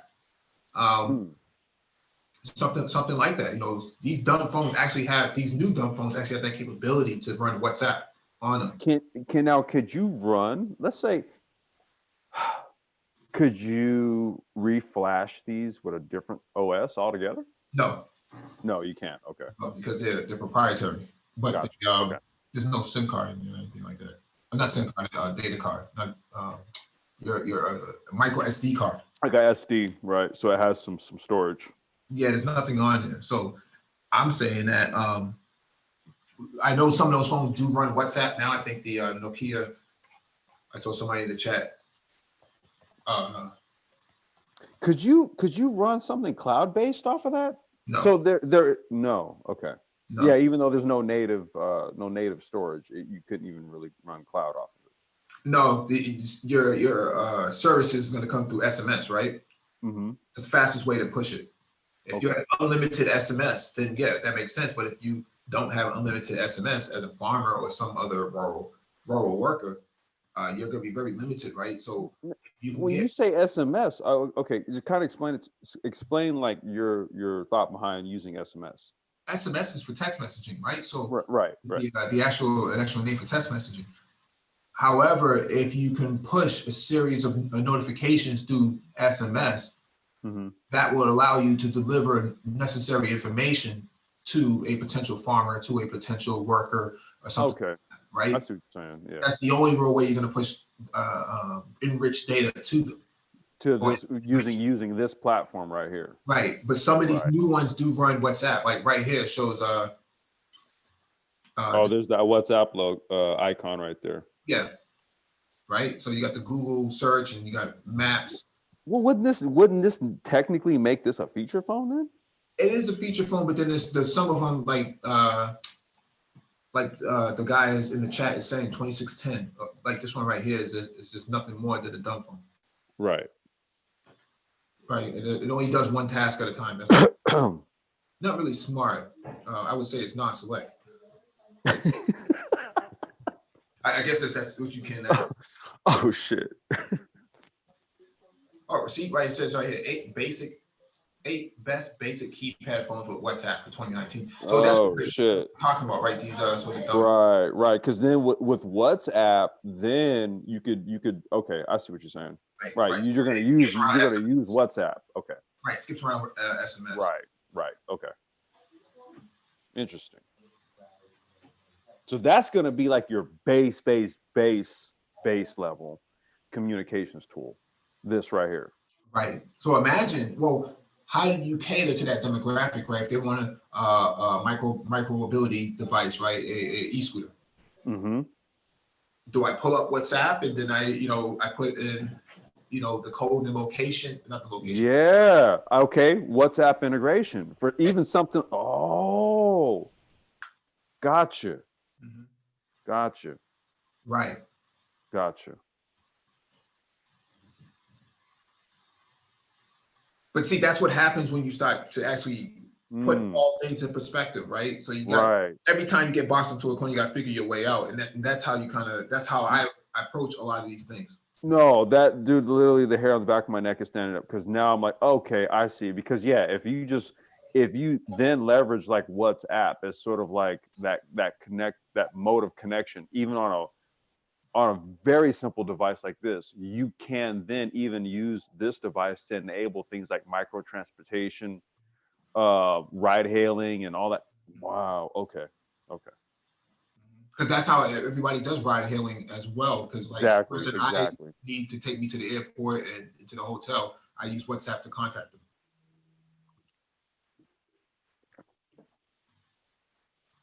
Very interesting. And you don't need 4G. You don't need 3G. It doesn't matter. As long as there's a connection available, it's gonna work. Mm-hmm.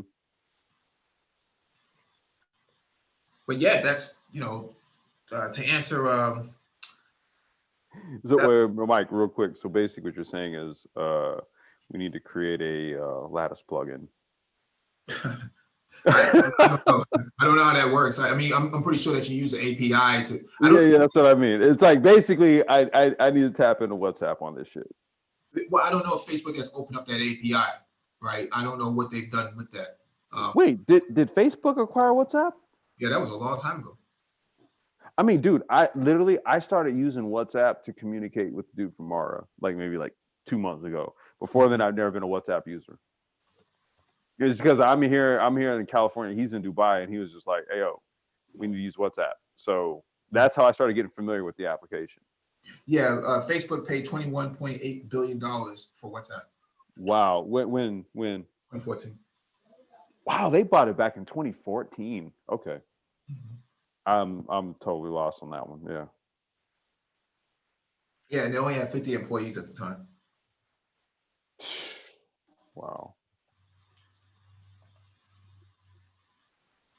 See, I don't know if WhatsApp API is easily accessible or not, or what they've done with it.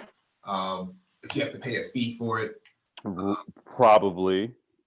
But then again, no, because Facebook, they make their APIs available. I would imagine they would probably do the same for WhatsApp.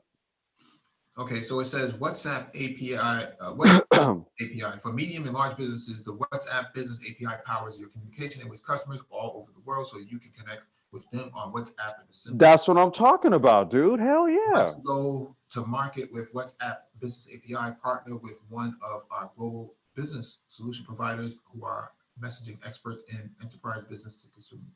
Yep. Okay, I just put that one in my back pocket because that would be dope to create like a little lattice integration. Yeah, create a business profile with helpful information for your customers, like your address, business description, and email address and website, then seen and business profile. Messaging tools, send your customers the information they are expecting, where they want to receive it, respond to questions, and provide support. So you can use WhatsApp for a chat box too. Mm-hmm. Booking.com and Wish, two apps I actually have on my phone, actually work with it.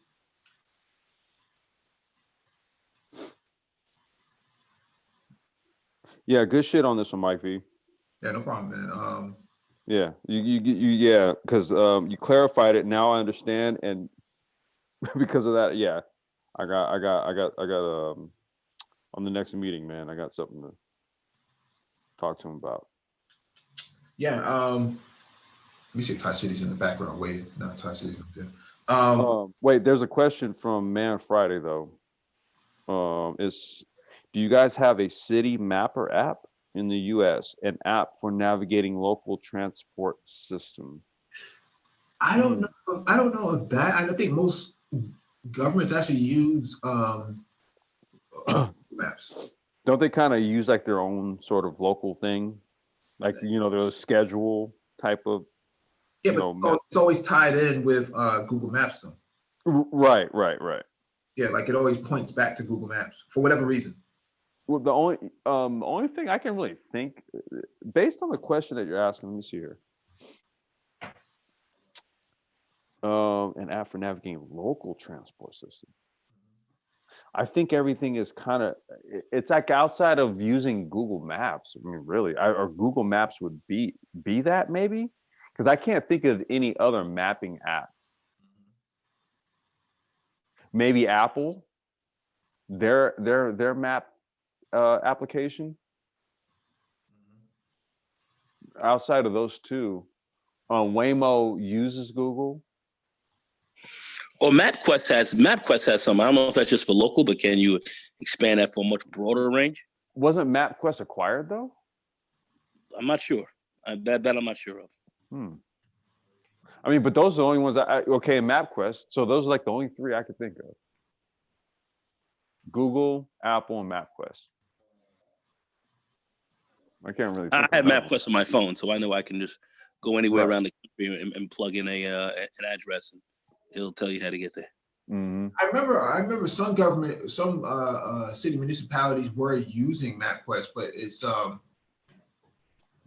been kind of trumped by Google Maps because of the frequent updates that Google Maps has. Right, Google Maps will tell you exactly where they from a walking distance. I don't think MapQuest even did that back in the day. So Super Triz says there's an app called TomTom. Well, it's got it now. I can. Because Man Friday says it tells you when the train or bus is coming. So I guess it's sort of like you can go anywhere. You have this one app, and then you go anywhere, and then wherever you are, it's going to tell you when the next bus or whatever, right? And then Triz says it's called TomTom. There's an app called TomTom. Okay. Yeah, TomTom is a mapping system though. That's like Garmin. Okay, well then maybe I get what Man Friday's saying. I don't know of an app that does that just right. Maybe I only know of it when you go to say like if you're in LA, right? Then you pull up the Metro app, right? Or if I'm in Boston, I'm pulling up what is it called, Mike? MBTA. Right. Or if I'm in the Bay Area, I'm pulling up the BART app or something. I think it might be regional. But there could be something out there. I don't know.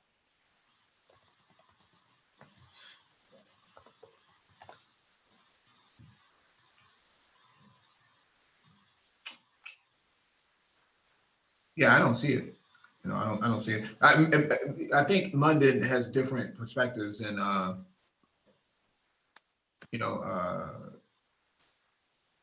me see Bart. Yeah, okay. He said like how I explained exactly what he's talking about. Okay. Yeah. All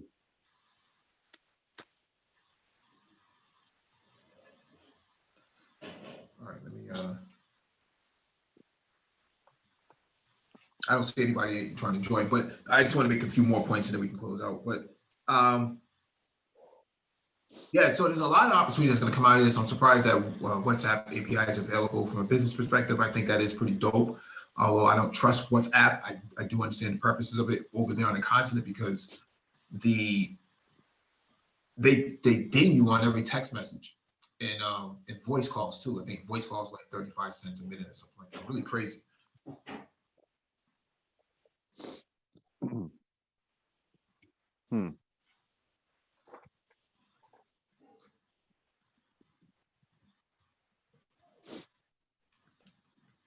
Tom Maps. What would be like the black equivalent, right? The ADOS equivalent. Ray Maps. Yeah.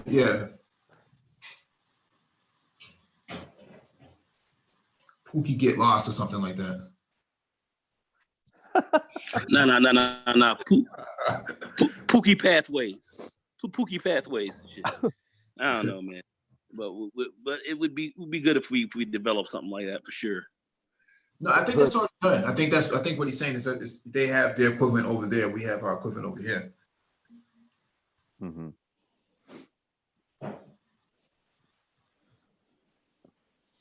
No, I don't know if Google Maps does work over there, but it's very sporadic. Like some things, like I was looking for a Western Union, and I couldn't find it, even though in the map it says that it's there. It actually was not there. I'm not sure who did the mapping, the geospatial mapping of the continent, but a lot of stuff was not there. I don't know who did that. Led me down a dead end street. Shit. Was there maybe a Western Union there that closed or something? Just that kind of thing could go down as well. What happened? There might have been one that was there, but it got closed for some reason. It was probably just listed as a part of the business. Part was never there to begin with, though. No, okay. Yeah, it's probably never there to begin with because it looked like it was there at all. But yeah, maybe there is opportunity for geospatial mapping over there because new roads and things like that are being developed. But who's actually doing the work on it? Right? I mean, imagine you have a drone that just basically flies over with a camera and just basically swoops all that stuff into one with LiDAR and just basically swoops everything up into one collection of data. Brother, truth be told, said the Boy Bye app. That's hilarious. That is hilarious. No, I mean, I guess my next point that I want to bring up is you plan on, you say you plan on hitting the continent, but do you have like a time frame? Is it going to be this year, next year? Who, me? Yeah. Man, earliest would be late this year. Mm-hmm. Right. I think kind of given some of the stuff that's going on and with a lot of what the proposal I'm putting together for Mara and stuff, I see a lot of opportunity for technology exchange, and so it's kind of from that angle that I'm looking to pursue that route and then make my way out there. Yeah, definitely use Qatar Airways for international. Okay. O'Shea and I was talking about that the other day. Because I'm they thinking fly May. they fly out of LAX, yeah. Hey, Mike, what's going down over there in May and June, around the May and June time frame? May, June. There's a couple of IoT conferences over there. I won't be going to those, but You won't be? no, I won't be going to any. I won't be going to those because I'll already be going to Transform Africa in April, so I wouldn't go back to back. But Transform Africa in April? yeah, What time around April? it's like mid-April. In the tax season. That sounds highly doable. Man, what you over there thinking about, Nagon? Man, you and I will talk offline on this. But, I just met a brother late last night. but I definitely. And he and I were talking about renewable energies. He's going over there. He works in the same organization I do. He's talking about going over there. He's kind of tired of doing this 9-to-5 thing, so he wants to get his hands in over there. And he and I were talking about Rwanda. He said it's popping over there. He's from there. He's from Senegal, I think. He speaks several languages himself. He was talking about renewable energies. I said, if you want an example, look at Puerto Rico. Yep. The earthquake hit, the hurricane hit.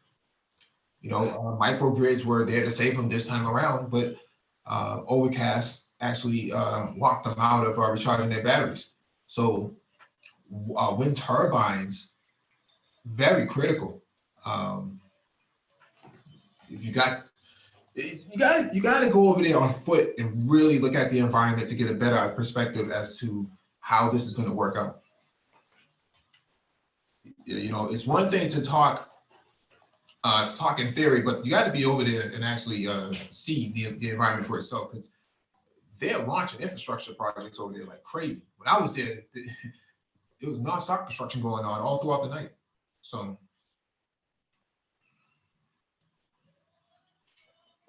That's for sure. That's for sure, man. For sure. This nigga Triz is crazy. He said, Ty City got frequent flyer miles on Soul Plane Airways.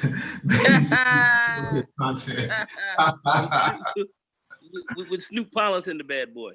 Oh, man. Here we go. Here we go. Super Triz, man. What a fucking nutcase, man. That dude's crazy. Super Triz, he finished. Now, he's gonna come with Egisa's Aldo Airways or some shit like that. Just crazy, man, crazy. Aldo Airways. Yeah, man, but Complex, I would say use Qatar Airways because they're the most comfortable, most accommodating.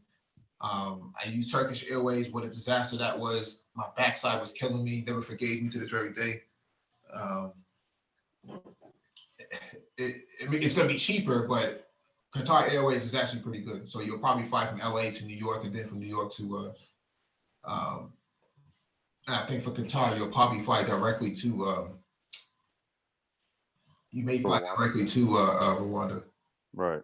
Well, I would be taking my little one with me, so I'm not gonna spare any expenses. Yeah, I always thought about going business class, but I'm not paying $5,000 for that, man. That's not worth it, man. It's nice in there, but not $5,000 worth it. So wait, on Qatar? Oh yeah. That's $5,000. That's like a penthouse suite up in there, man. The way they do their joints. So. Well, I don't need to go business class. I do want to just fly nice. Wait, I think you can take. I think you can take a shower up in that piece. Can't you? Yeah. What? I think you can take a shower. Yeah, you can take a shower up in there, man. Yeah, that the way they deck that thing out, man. That's yeah. I've actually got 22-inch TVs up in there and stuff like that. Yeah. That place is good. They closed the curtain too for a reason. There's a lot of Dom stuff going on up in there. So. Oh shit! Look, man. Like I said, man, it's me and my little one trying to get over there, man. I'm gonna take her with me, so. I'll have to figure it out. That's damn, I can go in there, man. I might be able to run a Dom game on that bad boy. Who knows? No, it's probably gonna be a 22, 23-hour flight for oh hell yeah! Complex. Well, they got a big enough chair up in that piece. Anyway. Vision says British Airways. Yeah, I've heard about British Airways being cheap, but I don't know. I don't know I don't know British Airways well enough. Yeah, ALM, I gotta start pricing it out now. I mean, because this isn't just something that you do, you know. if you have a rough time frame, you want to schedule it out now, because what's going to happen is you lock yourself into a good price. Yep. And then if you want to back out of it, you can just back out of it. If you back out of it before you even board the flight, then you won't get hit with a late fee or any service fees. Right. That's why I said at earliest it'll be late this year, but more than likely next year. Yeah, unless something pops off, man. Unless something pops off where I gotta get there. Yeah. Mm-hmm. Mm-hmm. Yeah, make sure you book a 4-star. Just as good as a 5-star there. So.